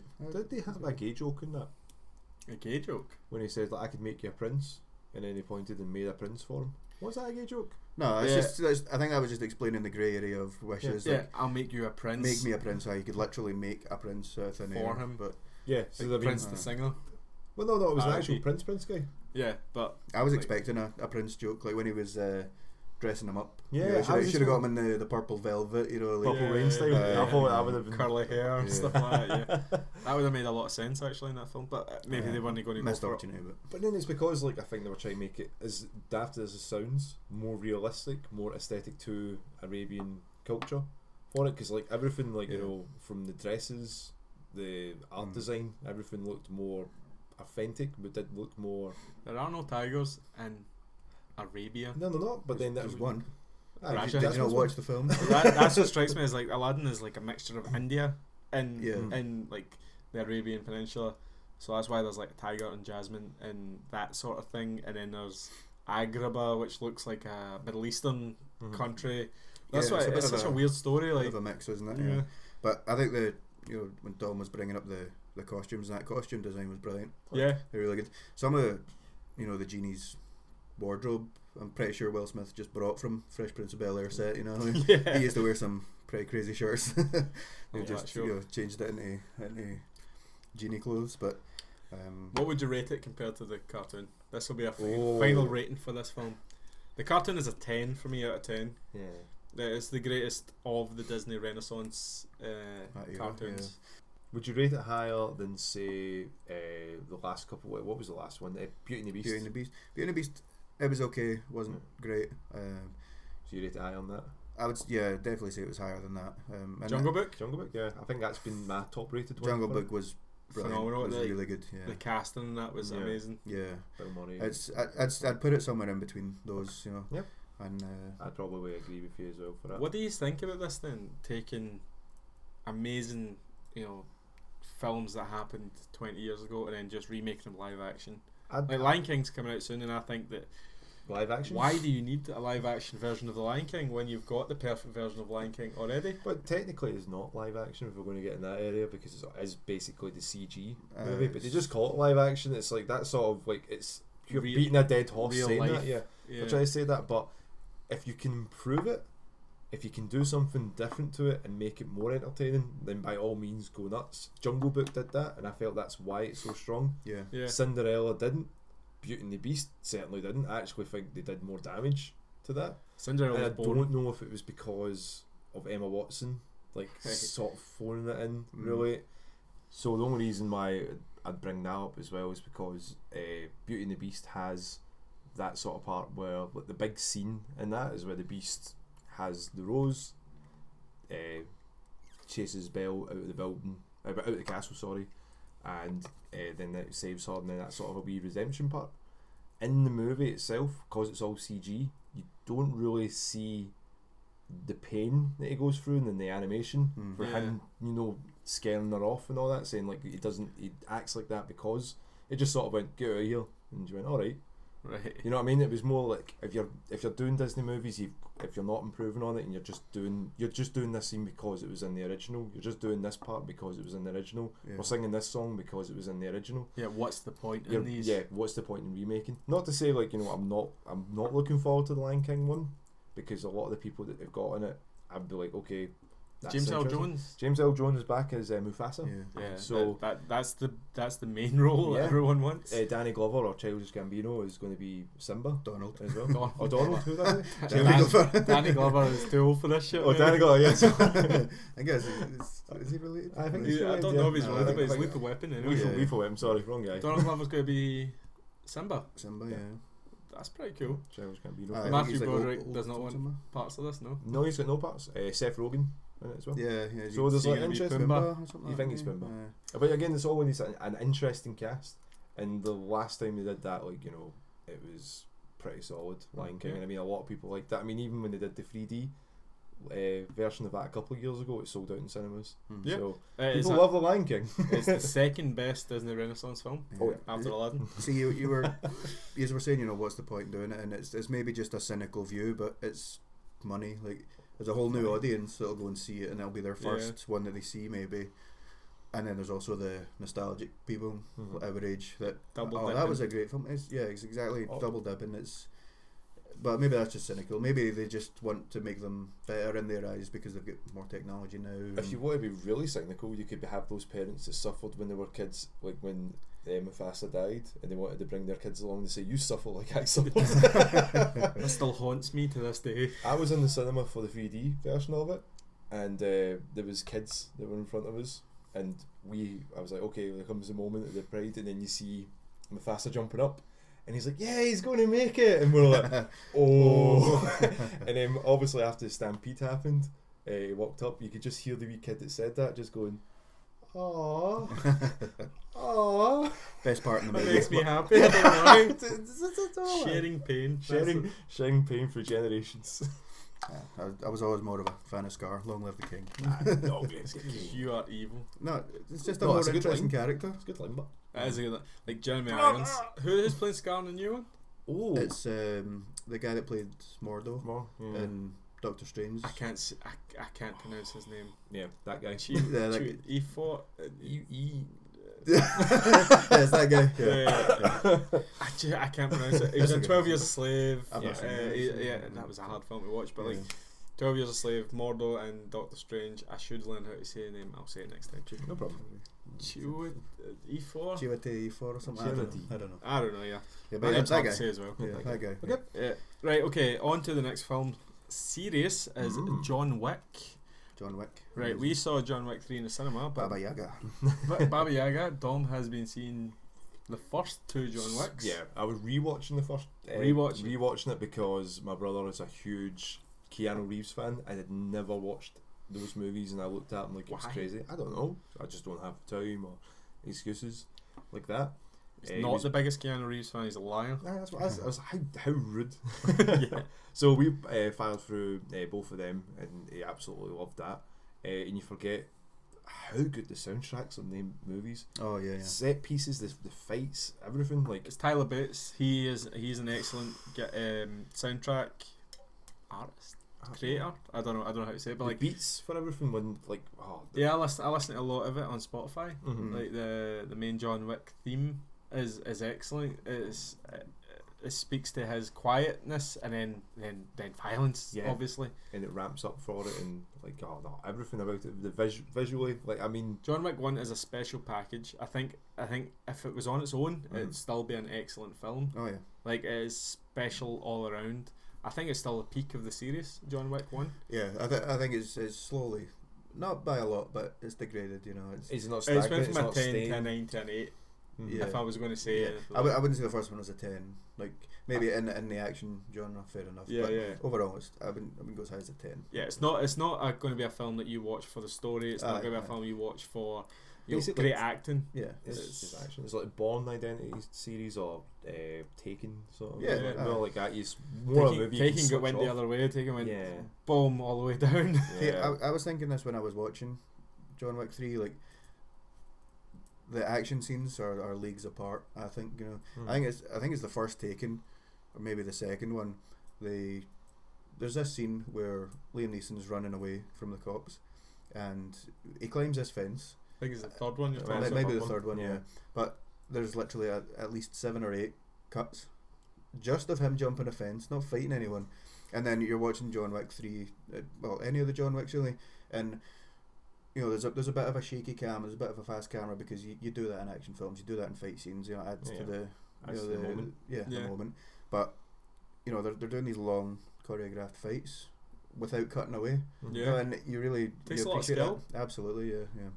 The ones that stick out, well, the first, try not to spoil it for you, No, Dom, no, but- go ahead. No, well, the very first fight with the tall guy, Acromegaly, the first guy that goes after him when they in the library, Yeah, that was excellent. and that was a great fight. It was brutal, set the tone. I actually went. It was like like kind of cringed because it was so brutal. Oh, yeah. the death was great. Mm. Like, And and also that's a the- weird sentence, but the death was great. Do you want to go into John Wick 1 and 2, and then we will discuss John Wick 3 as Dom listens to our spoilers? No, go ahead. Just go nuts. John Wick 3 for me was disappointing. I wouldn't say it was disappointing. I mean, you kind of know what you're going in for.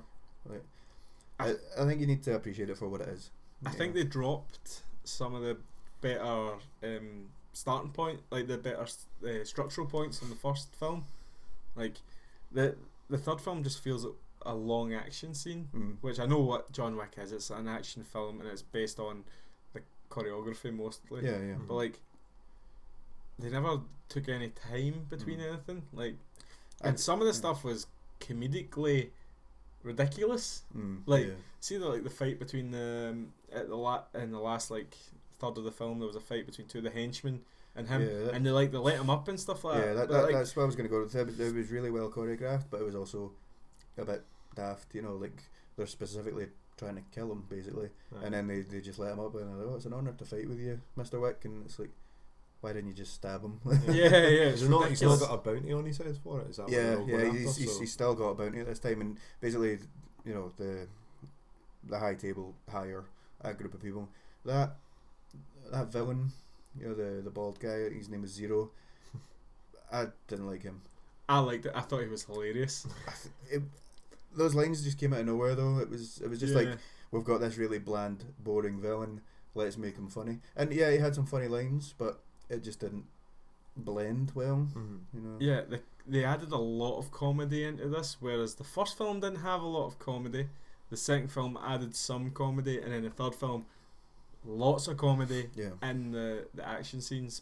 Like, mostly the respect for John Wick, the ridiculousness that is like the reloading scenes where like John Wick's shooting at a henchman and they both run out of bullets. So John Wick, they see them both reload, and John Wick reloads faster and shoots him, and you're like, that's great. We saw that before in John Wick 2 and stuff, and it was fun, but it feels out of place in something that wants to be a serious action film. Yeah. And it took me out because I was like, this feels comedy now. This is we're now in comedy. Like, Isn't there a scene that he rode a horse? yeah, that was So great. very Arnie with True Lies sort of Yeah. things. When I seen that in the trailer, I was like, I think they're pushing as far as they can. Now, like, how far can we go with That's John Wick? that's How much it, money and can we it's- Yeah, You notice it as well as just how ridiculous it gets. Like how much punishment John Wick can actually take, and you were saying this I think earlier today. he's basically a superhero now. You know, he Yeah, can take yeah. a inhuman level of punishment, and you know he'll limp for a bit, but he'll be fine ultimately. And I think that's purely just because we're on the third one now. We need to up this. They don't want to, you know, they don't want to have less action, and I think that's also why the third one, like you were saying, it just feels like a long action sequence. They're just, let's pack this in, let's put this in, let's put this in. We've There not got was- anything to fill this up with, just put more guns. There was really good moments in that film. Halle Berry plays a really good character. Her dogs are amazing. Yeah, her You know. dogs are basically part of the cast. You know, Yeah. they were characters. Their kill count is they dogs are the best assassins I've ever seen.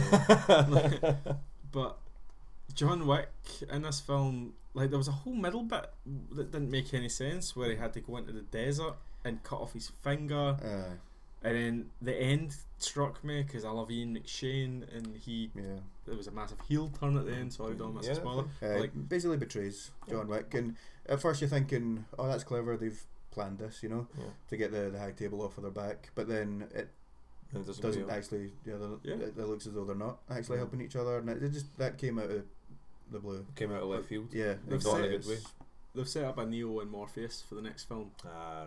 Because Lawrence Fishburne and Keanu Reeves, obviously Neo and Morpheus, they like at the end of the film, Lawrence Fishburne kind of saves him, making alliance basically. So, like, I know they want to make homages to Matrix because it's the same choreographers. I think it's a lot of the same cast, a lot of the same behind the scenes staff. Yeah.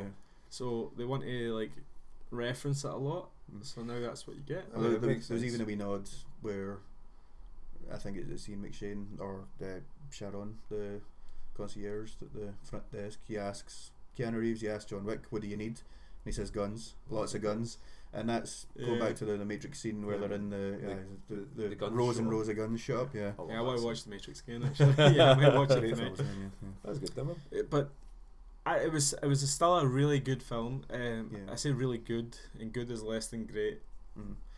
But they set up a fourth. Yeah. Now I thought this was going to be a trilogy, and I was ready for the ending of this story, and then they set up another film, and I kind of sighed. I was like, here we go. Yeah, it could have all been neatly wrapped up, but they've decided to keep it going. Yeah. There was another character, the high table adjudicator. The adjudicator. She was annoying, but she's a bad guy. She was kind of meant to be. And she's meant to be like an irritating character. Yeah, of course, because an antagonist. Yeah, you're obviously rooting for John Wick, you know, you're supposed to be the murderer in this story. The mass murderer. Yeah. When I started watching it, I was like, I'll keep a kill count out of curiosity to see how many people die in this film. Got like 20 minutes in, I was like, nah, I can't do this. I can't fit that many numbers. I can't count that. Half a Manhattan. Yeah, it's ridiculous. Is New York just an assassin's like base? Yeah.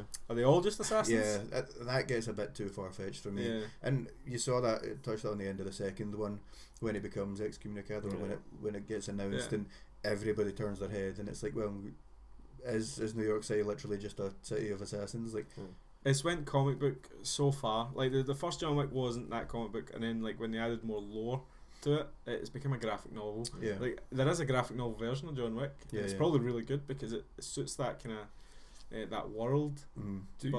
Do you think that the reason why they're making a fourth one is because they know it's going to make money? Because I mean, you think John Wick's got a game coming out soon as well? Yep, he's got a John Wick game, and he's also going to be a character in Fortnite as well. Really? Yeah. For that. So maybe they were planning on doing this as a trilogy, but then they seen like, no, it's too much money we can make from this. Let's do another one. I think that's the downfall of a lot of. You see it more with TV shows, you know, and. They should have ended at 4 or 5 seasons, but they just keep dragging it out, and it's just pure greed, basically. But you have to respect, you know, people that try and actually wrap up their stories. And I say, no, this is it. We are finishing it. Usually British TV shows do that really well. American ones are very segueing into this. Dom, tell us about John Wick 1 and 2. Action-packed, crazy fun. Man dog. Get man dog get killed. Like, bad bang revenge. Shoot bang bang. But I mean, if you kill a man's dog, you kill a man's dead wife's. You deserve to kill his whole family, his businesses, blow up his house. Like, you just don't steal his car as well. Don't steal his car. Don't steal his car. Like, they make a couple of jokes in the third one about that as well, like all this over a dog in a car, and it's a ridiculous premise. Yeah, that's what it boils down to. But it's just purely just so that they can make a film. One action.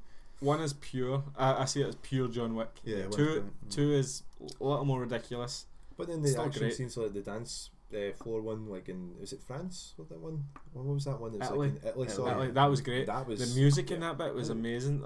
I think the band's called La Castlevania, Yeah. which is amazing because I love Castlevania. Yeah, but like their music suits that so well. It's like fast paced, dancey with some singing in it, and it suits it so well. Two was I think 2 was better than 3 and 1 was better than 2. Yeah, you would definitely rank them 1, 2, 3 in my opinion. But it's like from watching it with someone who'd never watched the movies for it was very interesting, and the moments, the beats and all that happen. Like he was like, "Oh, there's fish burns in this. Is this the Matrix?" I'm like, "Yeah, Kev, it's basically it's the Matrix. It's still inside the Matrix." But he's still the one. He's still the one. This is it. It's all a dream. But he said to us like he really enjoyed it, and it was nice to sort of rewatch them. And I do agree that it kind of felt like it was getting a bit ridiculous. But when I see the third one, I'll be like, yeah. When you see the third one, we'll have another short conversation about it. But like, we don't want to tell you what to think. But 1 is better than 2, and 2 is better than 3. But no, I did think 1. I did think 1 was better than 2, and that was from a rewatch of it. And I did think 2 was better than 1, but then rewatching it, I was like, no, 1 is better than 2. And it just makes more sense. Yeah. It's a more condensed story. Like, 2 is. Did you think it was very like we need to get to the next action scene rather than Ruby Rose in the second one was a useless character and didn't make any difference whatsoever. She never even gave him a challenge. Yeah, she was like, what was the point if he's not even going to get hurt fighting against you? What is the point? To be fair, I mean, we always know John Wick's gonna win anyone in any fights. He beat Common, mate, and Common is the most mediocre rapper I've ever heard in my life. He was a good actor. He was a much better adversity than this Zero guy in the new one. I mean, all the bad guys are disposable. I like the Russian from the first film the best. Yeah, he is, and Alfie Evans is hilarious as just a weak. I was going to say Kevin Nash. Did you mean because he was out? That's the British Punisher. Yeah, Kevin Nash was in it. He was in the first one. He was in the Punisher. Yeah. No, he was a bouncer. He was a bouncer in the first one. That's what he was. Was he not in 2 of them? No, who was that? I'm sure there's someone that's in the first and the second one. I think there's MMA fighters that are in the first and second. There's like henchmen that get shot in the head twice. Hey, did you die in the last one? No, I was wearing a moustache. That's to save money. But yeah, overall it's another John Wick film, and it's a bit more outlandish than the first 2, but you can know what you're getting. I will watch the 4th John Wick, but looking forward to it. I'm not super excited for it. I'm just like, it's another John Wick. I'll go see it. I always like seeing Ian McShane. I think he's a fantastic actor. He's brilliant. He's great in American Gods. I've seen the American Gods. I really liked him for it. Keanu Reeves, he gets a lot of flack for being wooden and not a good actor, basically. But I think he's alright. Especially in he does a lot of roles like Neo and like John Wick that it's kind of called for. But he's supposed to be playing like that sort of everyman character, like just so everyone can be sort of relatable to him. I can't remember what they sort of call it. It's a very like you can place yourself into him. Placeholder, basically. It's like an RPG game where you're like, not an RPG, but like an action game where you're like a role playing game. Exactly. But like if you are in that role, it's just an empty shell. And you are filling it. You are the protagonist. But like inside yourself. It's a good film. It's not as good as the second one, which is not as good as the first one. As a conclusion, which is not as good as Aladdin, which is not as good as the cartoon Aladdin from 1990. Hey guys, we are going to move on to the main subject of this podcast, which is games. Hamish, what have you been playing this month? I just finished Celeste the other day. Oh, that's a 2D game. It is a 2D game. It's like an 8-bit game, but it actually does the art really well. It looks great and it definitely suits the game. Got it on Games of Gold. It was on that a while ago, and it was one of those ones I got the license, never bothered with. But when I was looking through games to download, I was looking into that, and something I didn't realise, it was actually nominated for Game of the Year. Yeah, I've heard a lot about Celeste. I think it won a couple as well. It won Best Independent Game in 2015 Games for Impact as well. It won. I think I played the first 10 minutes and it was really good. It's difficult. If you've played Super Meat Boy, it's very punishing. You know, it's not something that a casual gamer would play all the way through. They would get fed up with it. And even on top of that, there's extra things to do. There's these strawberries that you need to collect. They're difficult to get, and it's just I'm not that much of a masochist that I was needing all of them. You look annoyed by this game. I mean, there was definitely times when the controls didn't feel quite tight enough. Right. And obviously, in a game like this, if you exactly. If you don't pull something off perfectly, then you're gonna die and you're gonna go back. So there were some frustrating moments, but overall, it was a nice game. The story's nice. It kind of, it's basically the idea is this lassie and she's trying to climb this mountain, and it's all an analogy for getting over like depression, anxiety, and things like that. Yeah. So it's quite a nice story. Overall, and as I say, the artwork was really nice. Is it 8-bit pixelated, or is it 8-bit like It's smooth pixelated, like animations on it, or no? It's mostly just pixelated.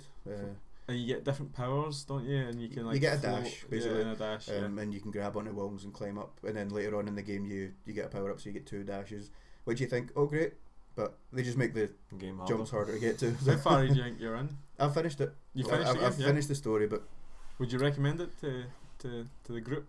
To the one person listening to this? I don't think that you would like it, Hugh. No? Well, you would like it, but you underestimate. I don't think you would have me as a the. gamer. I think you would get too frustrated, and you would just be like, nah, I'll play something else. I'll play FIFA. To prove you wrong, I will complete this game. I will see. Honestly, like I'll never complete this game.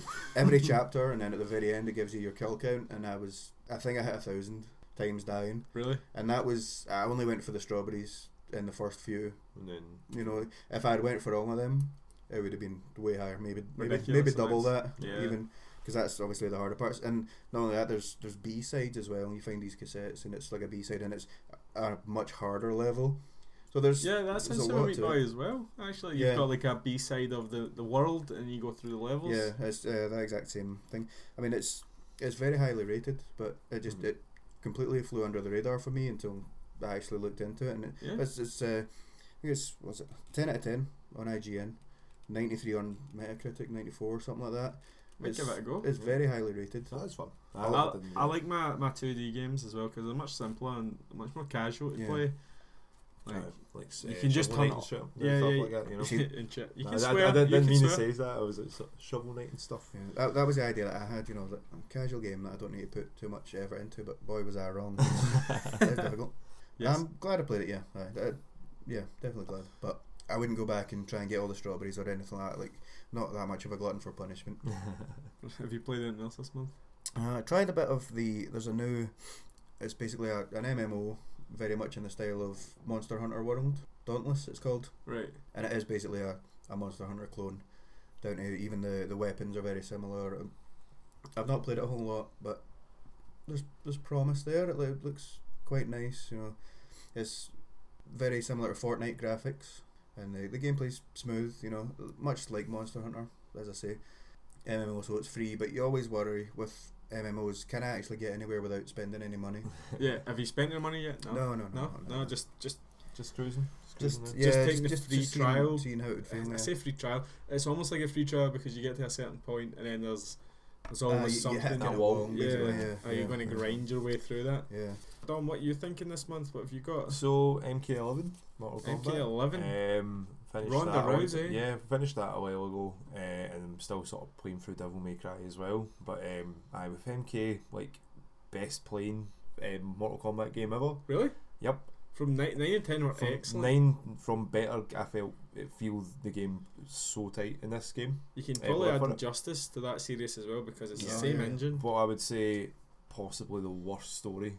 Really? Well. Yeah, it's because they do time travel. They do time travel, and time travel is messy because you can like the way I would look at it is like you can be like Avengers Endgame with time travel, or you can be Mortal Kombat 11 with time travel. But everyone knew it's with Endgame it's all time travel and stuff. There's no way for that.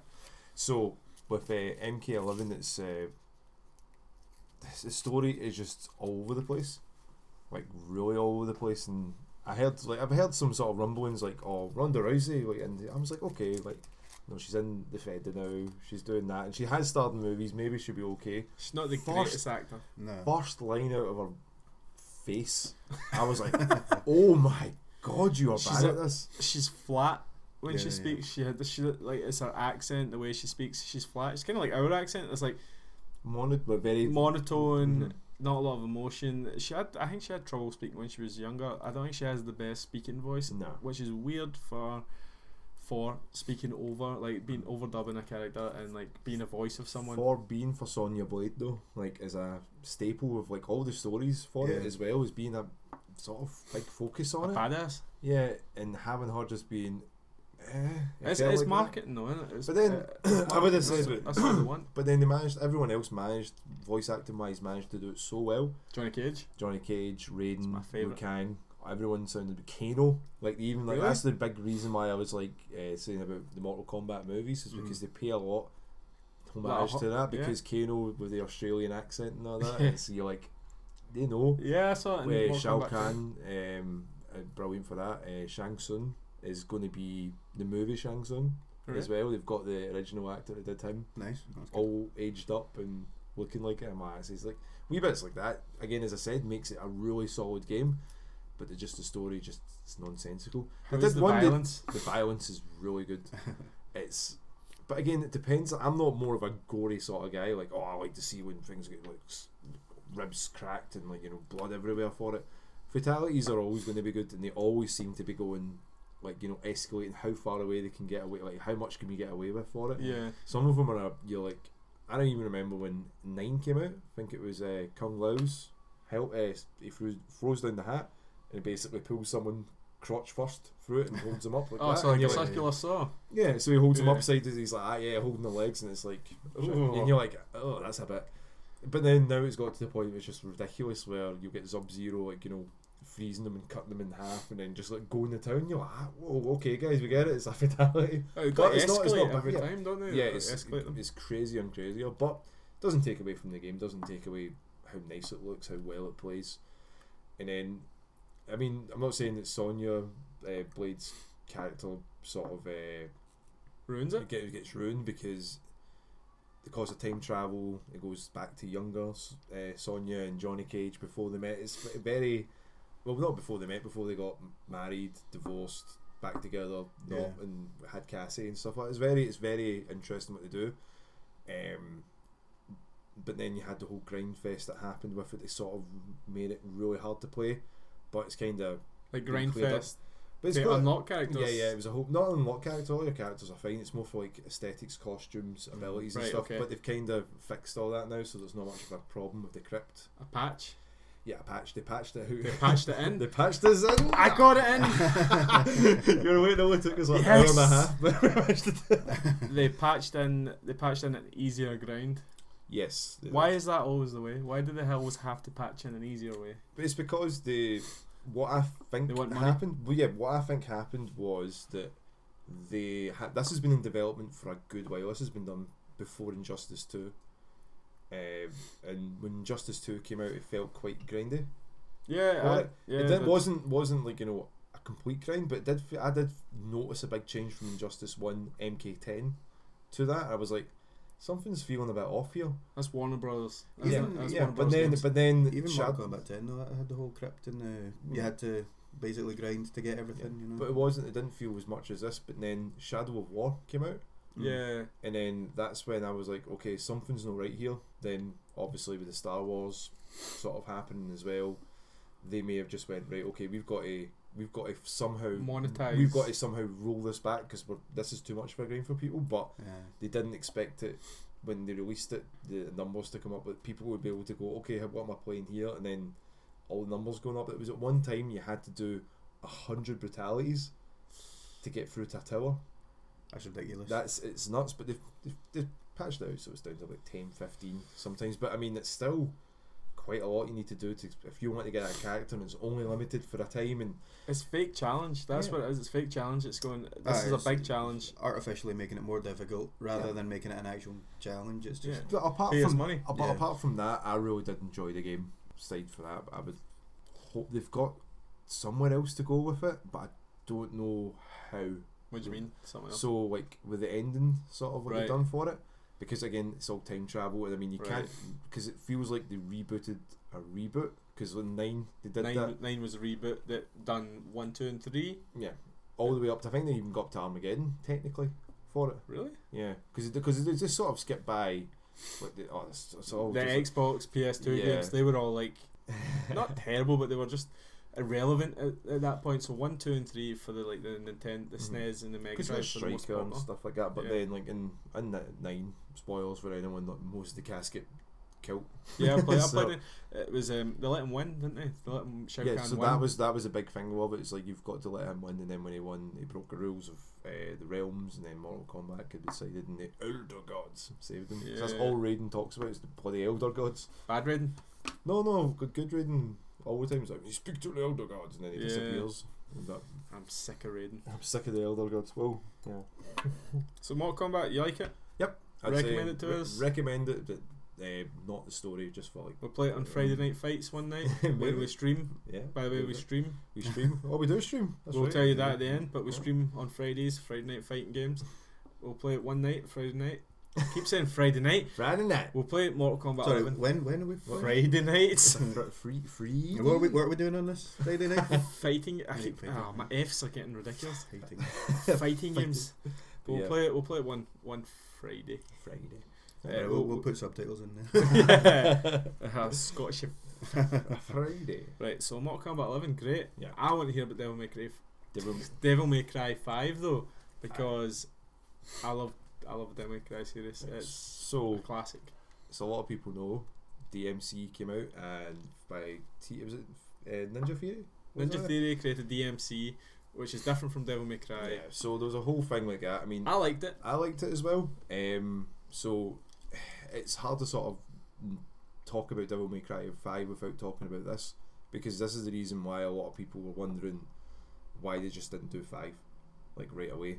They wanted to do something different. They wanted to update Dante and try to change the story, but it ended up just releasing and pleasing no one. Yeah. They released him as a snarky teenager, Yeah. really, and no one liked his character. But I thought the game was good. The game was fun. I liked the story. I like Combi Christ as the only songs in the game. They were amazing. It was the reason that a lot of people don't like it is like now replaying it back. Well, not with the definitive edition, but running at 60 frames per second. You don't really know. I didn't really notice it as much when I was playing it the first time, but as I replayed the HD collection 1, 2, 3, and I played 4 for it, I was like, originally when I played, I was like, right, okay, I can understand the frustrations of not seeing it so silky smooth. Yeah, So it has to I'm be for it as 60 well. frames. And when you You see it on the 60 frames, and with the weapon injunction taken away, where it was like you attack red or you attack blue, Yeah, then you're like, okay, because I remember having difficulty, especially in the nightclub scene. See, when you were chasing after thought that was Mundus's a misses, great- you're like, oh, it was an absolute grind with them. They would just change it well, and you're like, I just want to get by this part, and they would just keep going from red to blue, and they would do it while they were sprint chainsaw attacking, and you're guys. just Yeah, like, it was great. so. From that, like obviously they went, alright, Devil May Cry series is dead. No one wants a DMC game. No one does. It's a lie. Then when they showed off like the E3, was it the Xbox convention for it? Yeah, I think they showed off the motorbike Yeah, they showed dueling off. scene. They showed off. I think it was Nero coming back, and Right. a lot of people were like, "Oh, they're actually going to continue him." A lot of P was very controversial when It just looked like Dante. because it just looked like Dante in Devil May Cry 4. Like they were just like, "Oh, you're playing half the game as him, and then you're only getting to play Dante in half the game." No, but like, a lot of people didn't like that fact. It was basically like a Metal Gear Solid 2 situation. Yeah, Raiden and Snake. Snake. Yeah. So That tricked everybody- me as well. Aye, so it tricked everybody.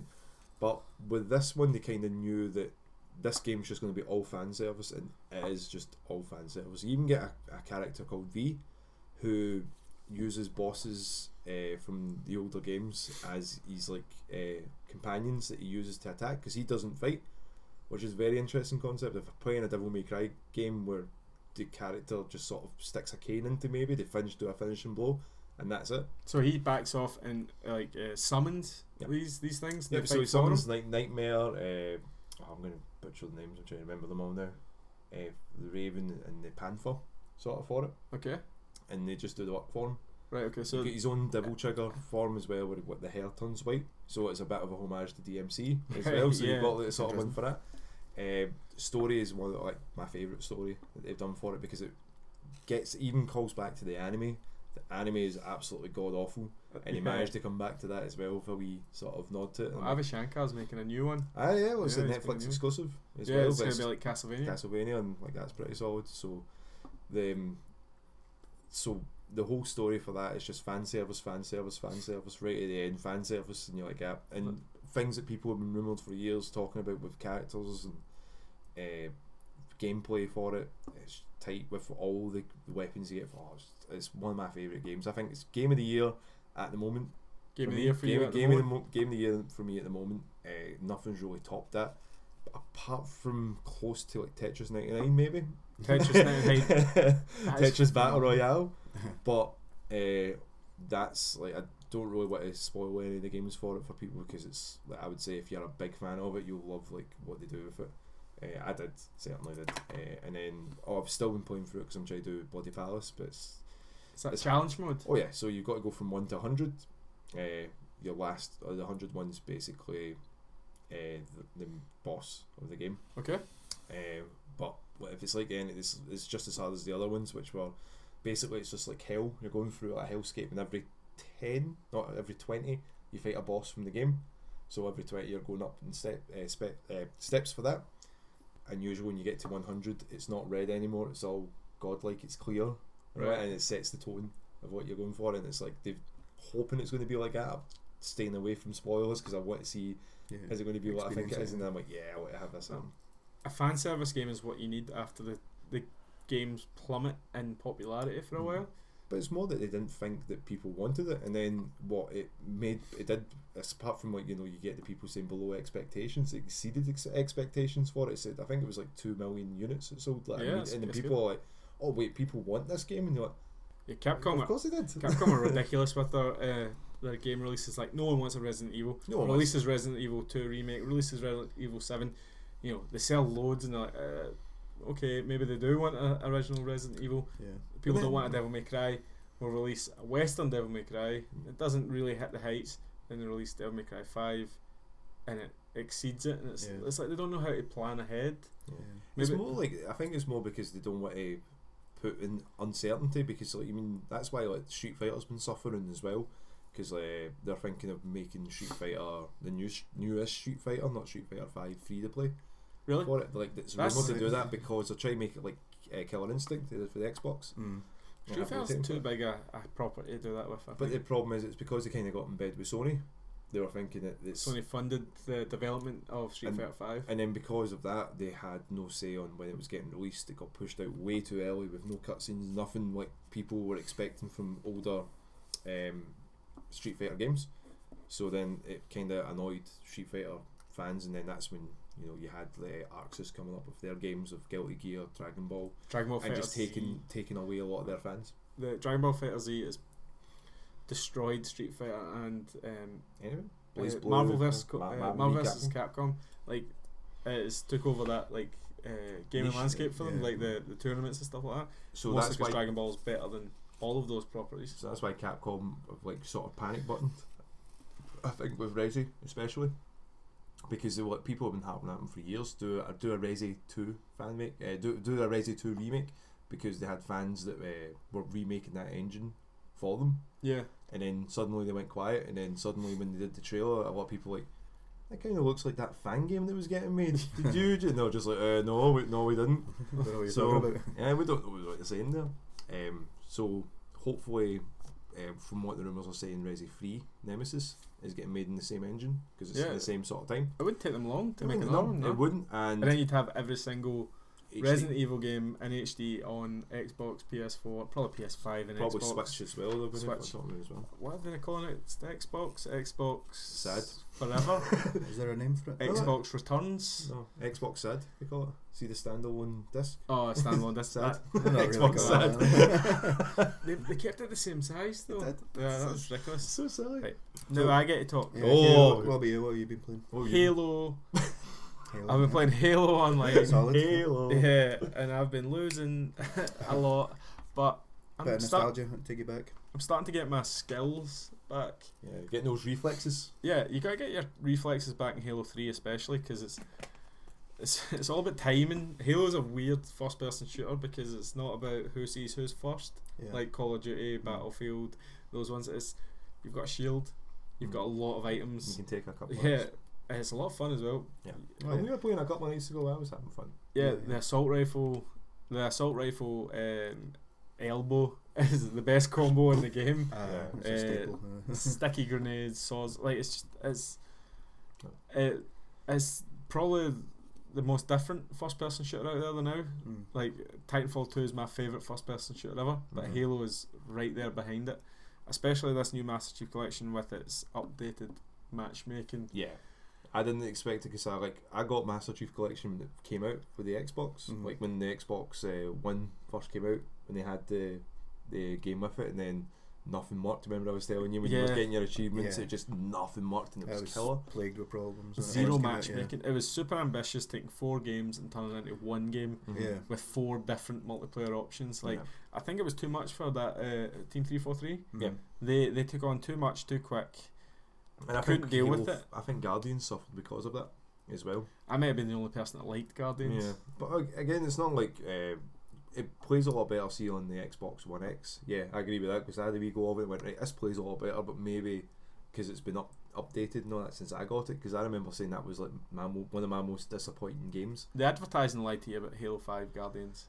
Yes, the advertising told you there was going to be a big story about Chief maybe defecting or like fighting against the Earth forces or whatever. UFC, and it didn't really bring it in. And you only got to play as him as in 4 levels or something. Very short. I thought they'd learned the lesson from Halo 2.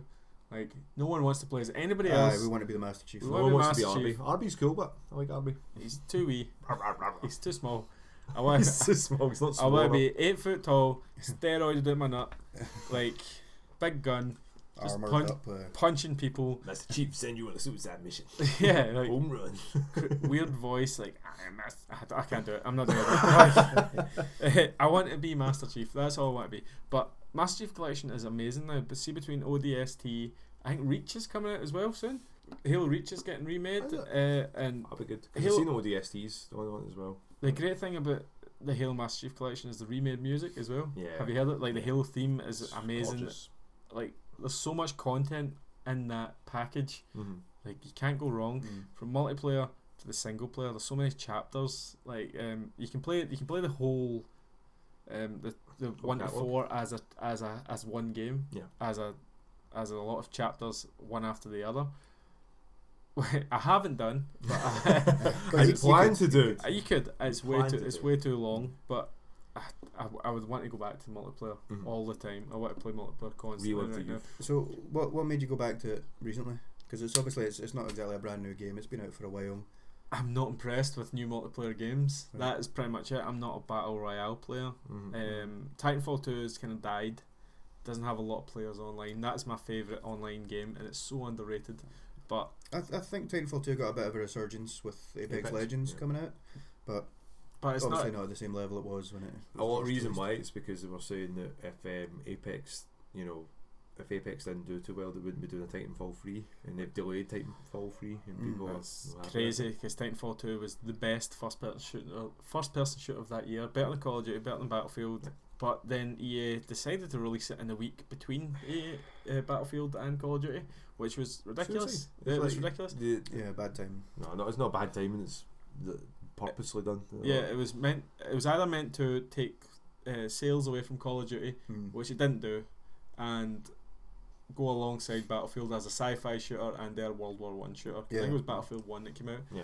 So all it did was bury Titanfall 2 under those two giant games in first person shooting, when that game was as good as or better than them in shooting department, especially in like speed and creativity. Like there's things you can do in that game that you can't do in any other first person shooter. But back to Halo, like that's why I play it, is because I don't enjoy any of the new first person shooters. Call of Duty died for me. Black Ops 2. Battlefield I've never been a massive fan of because it's too big. It's slow as well. It's very, very slow. Halo is a lot more fun, colourful. The nostalgia for it as well it just speaks to me because we played hundreds and thousands of games on the Xbox 360, Griffball, Slayer. We played on small TVs, split screen and everything. It was great. So I'm actually disappointed they haven't released a Halo that you can play now. Like that, Halo 5 is completely different. Yeah. Master Chief, Halo 3, Halo 4, Halo 2. It's more a Call of Duty game. It's a sci-fi Call of Duty game. So that's why you go back to Master Chief Collection. That's why it's still got a lot of players online. That's why they made a massive update for it. I think it was last year, because people still want to play these older games because they're still in demand, and no one makes quality like that anymore. I mean, a good game's always going to be a good game, no matter when it was released. So exactly, it's always fun as well. I don't think I've ever not had fun on Halo. You never think this game is against me. Yeah, even if you die a few times in a row, you don't get the same level of frustration that you would in something like Call of Duty, where it is very much, as you were saying, as soon as someone sees you, you're basically dead. Unless they're playing with their feet. Like you're gonna die. It's grey, it's green, and as soon as you see that person, that's it. They're dead. But in Halo, it's different. You've got a shield, you've got some weapons. Like, a bit more exciting. I think it's more balanced. Yeah. But yeah, I'll be playing that a lot over the next couple of weeks. Try to get better. Try to get my kill death ratio positive.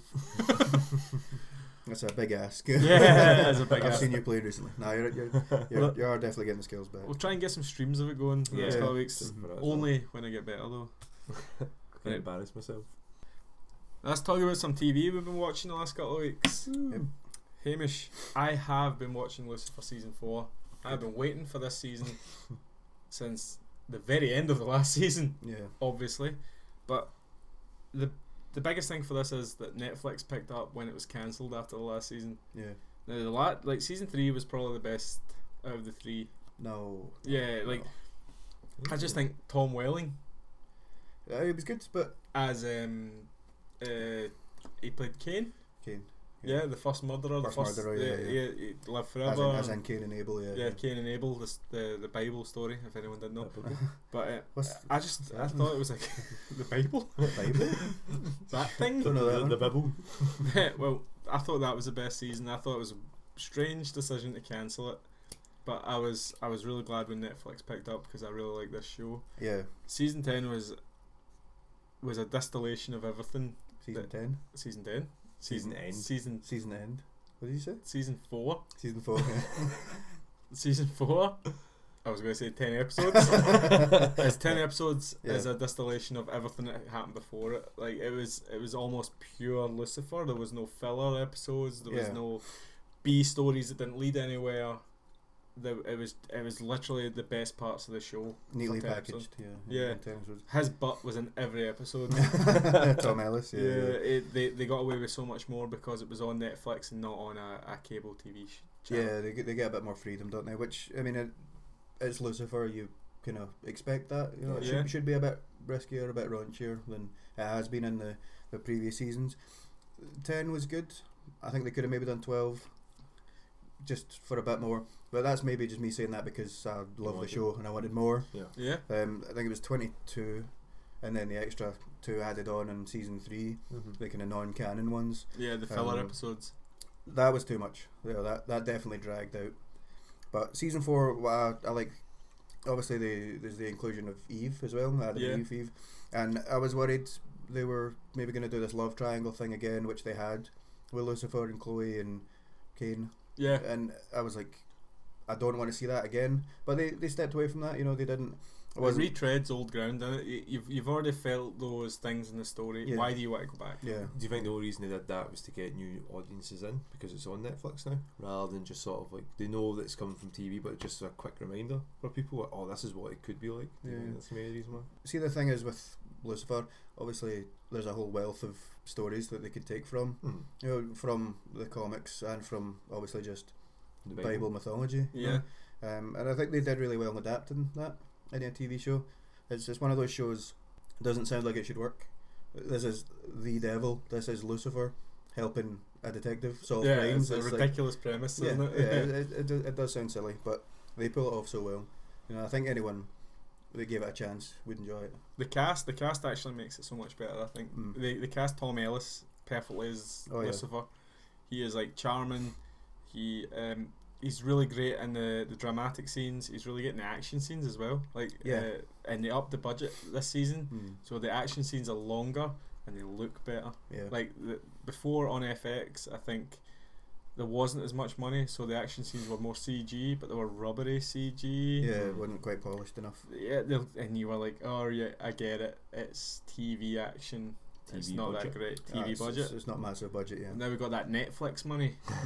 We can start throwing around like Stranger Things money, just slow motion kicks through windows, and it was awesome. This season tops last season, I think. Yeah. The addition of Eve, like I'm not religious, but I love religious stories. Yeah. Like, I love it when it's expanded on, made into like mythical things. Yeah. Like when you bring it into modern day, you've got so many different avenues you could go down. It's just really modernization of. They've got so much stories. material to play with, and they do it really well. Yeah. And the casting of Eve was really good as well, because it's like innocence she has, but also a bit of a wild side when she gets to Lucifer, which is obviously what you want to play off of. Yeah, of course. Because the snake, Garden Eden. Yeah, it's just she obviously knew Lucifer when he was proper rebellious, but we've seen the character grow over the seasons and that. But there wasn't a love triangle, but there was two influences on him that obviously wanted to go either to his new self, which was the detective side, or his old self, which was Eve. And it created a bit of a split during the series because he didn't know what he wanted to do, which was great.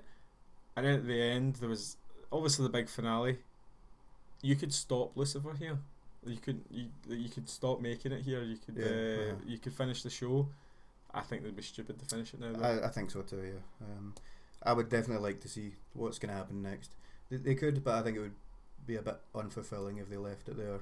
Obviously, you're kind of rooting for Lucifer and Chloe, so if he's just away down to hell, then it leaves you wanting more. You know, I mean, that's what you want in a TV series. Oh yeah, it's not always a bad thing, but I think it's not quite enough closure.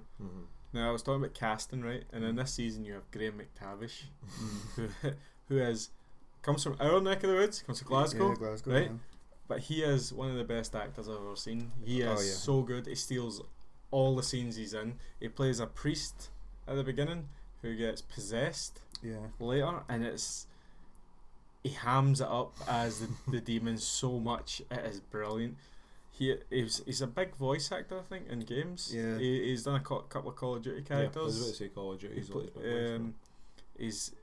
I think he did Dracula in Castlevania for Netflix as well. Alright, which is a powerful voice. Yeah, like, he steals the show near the end, and the writing for the last 3 episodes was really good. I think his arc, he starts in the first episode, obviously disappears in the 10th, but like they write it so well, and every episode's got a little bit of his story until the end. I just think it was really well done. I'm super impressed with Netflix on this one. Like they let them have as much creativity as they wanted and budget. Yeah, which is what Lucifer fans want. Yeah, that's the thing. I'm really glad that it's done well, and I think it's been received well, because you don't want for Netflix to pick it up and then for it to flop. You know. I actually think I saw a headline that said it was the most binged show. Yeah, it did really well. Which I'm hoping funds a season 5. Yeah, Netflix throwing money out. I think it should. Yeah, I mean, when season 3 was cancelled, there was a huge uproar. You know, it was trending on Twitter. Save Lucifer. Must have been a lot of confused Christians waking up like, why is this trending? But you know, there was, and you always get that. The same thing happened to Brooklyn Nine-Nine, obviously. Oh yeah, and that was cancelled, and then. But this is a new era we're living in right now, isn't it? Yeah. If shows get cancelled and they have a big enough following, like Netflix will pick them up, or another. Some other streaming service, Hulu or something. Some other channel will pick them up. If people show enough support, which I think they've done for Lucifer, because a lot of things happen where people will show support to get it renewed, and then they won't really watch it. But I think it's happened here, so they'll probably go for a 5th season, which I'm looking forward to, because I honestly think this show's got a lot of potential. Even if it's at its 5th season now, it's still got lots more to do. There's so much more material to use. Absolutely. When you've got a character like him. Yeah, Lucifer, it's crazy. Like, as a DC comic, because I've been reading the comics, which are completely different, but he's like second to God in powers, which is, that's better. almost What- omnipotent. Like, And then underneath God, Superman, obviously. yeah, opposite. Superman punched the hole through time. God's like, oh fuck this, I'm out. Not as powerful as Goku though. So, No. but listen for the TV show on Netflix. It's a massive win for me. Like, Yeah. I would recommend this to anybody. I'm probably going to watch it again. I'm going to watch season 4 again. I'll probably actually start watching it. It's on. It's on You definitely Amazon.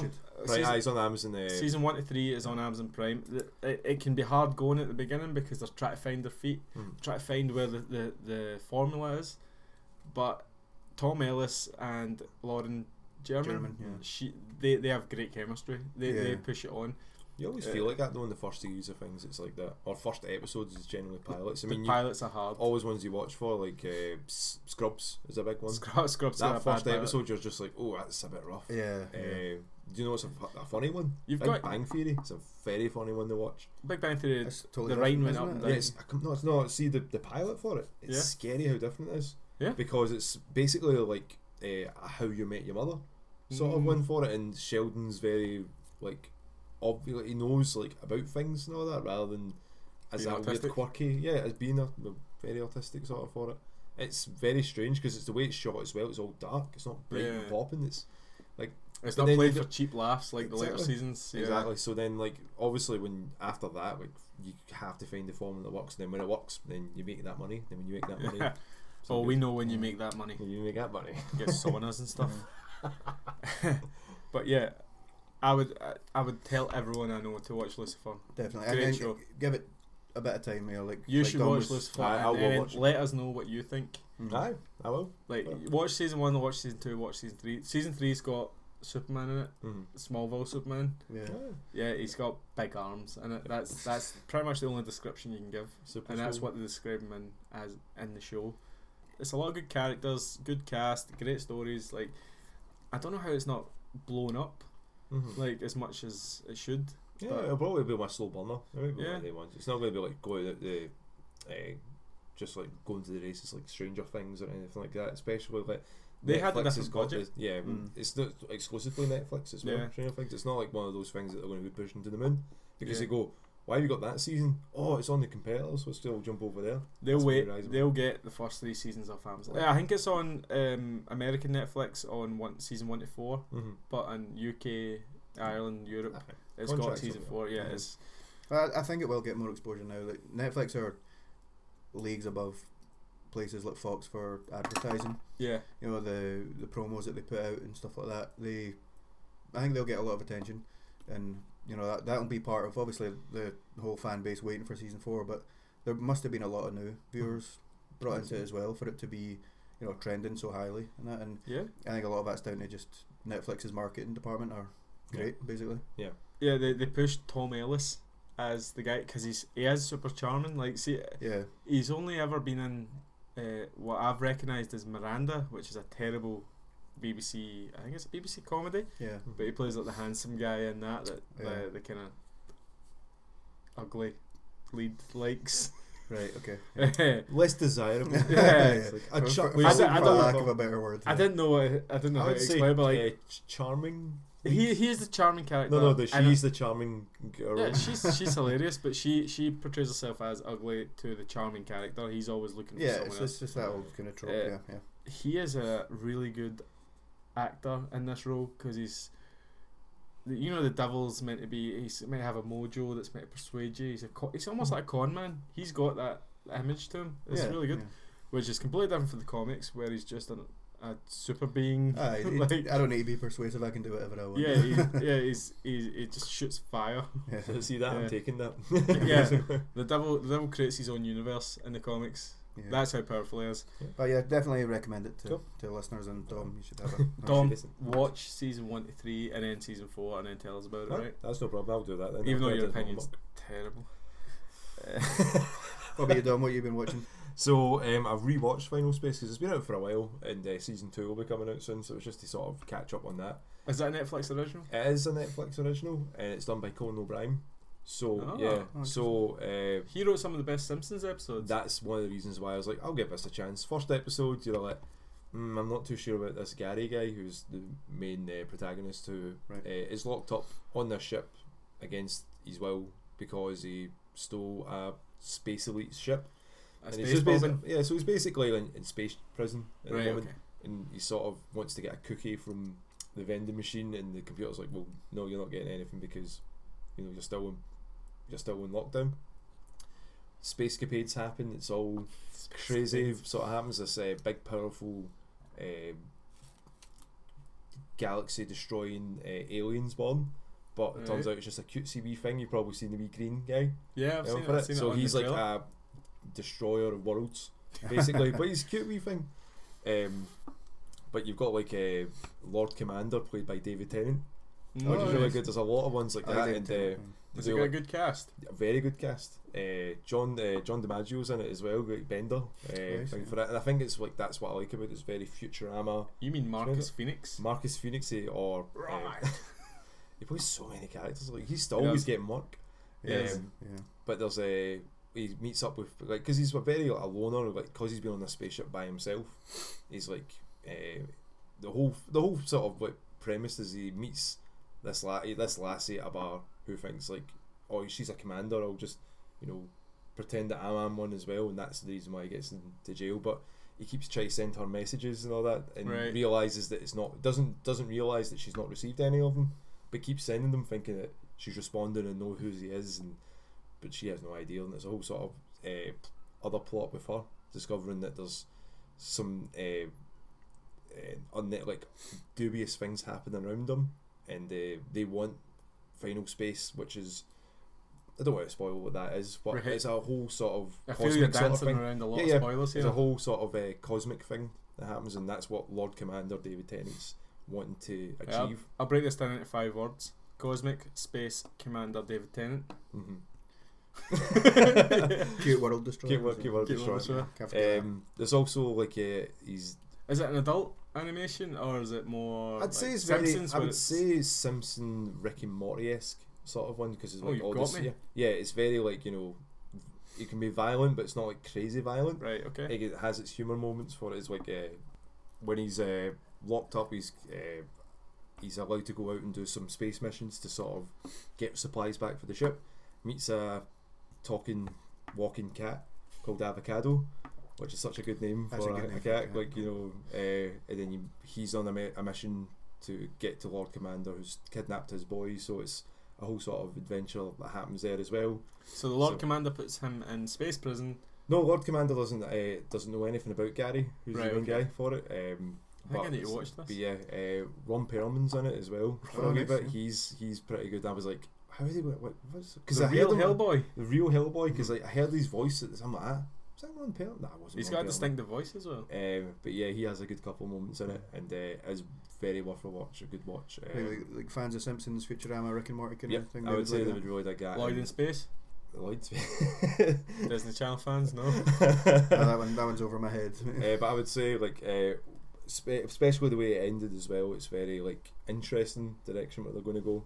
Okay. And I know that season 2 has been greenlit, and Conan O'Brien is a brilliant writer. Yeah. You watch Lucifer? Really good. We'll watch Final Space. Hell yeah! Right. That's the end of our podcast this week. We'll be back in 2 weeks to talk about another set of games, movies, TV shows. Anything. Who knows? Yeah, anything. Thank you to all the listeners, all one of you out there. That's a bye from Hamish. Bye from Hamish. Bye from Dom. Bye from Dom. Bye from Hugh, and we'll see you in 2 weeks. Thanks a lot. Bye. Follow us on Facebook, Patches In, Twitter, @Patches In, Twitch, Mixer, Patches In Gaming, Instagram and YouTube, Patches In Official.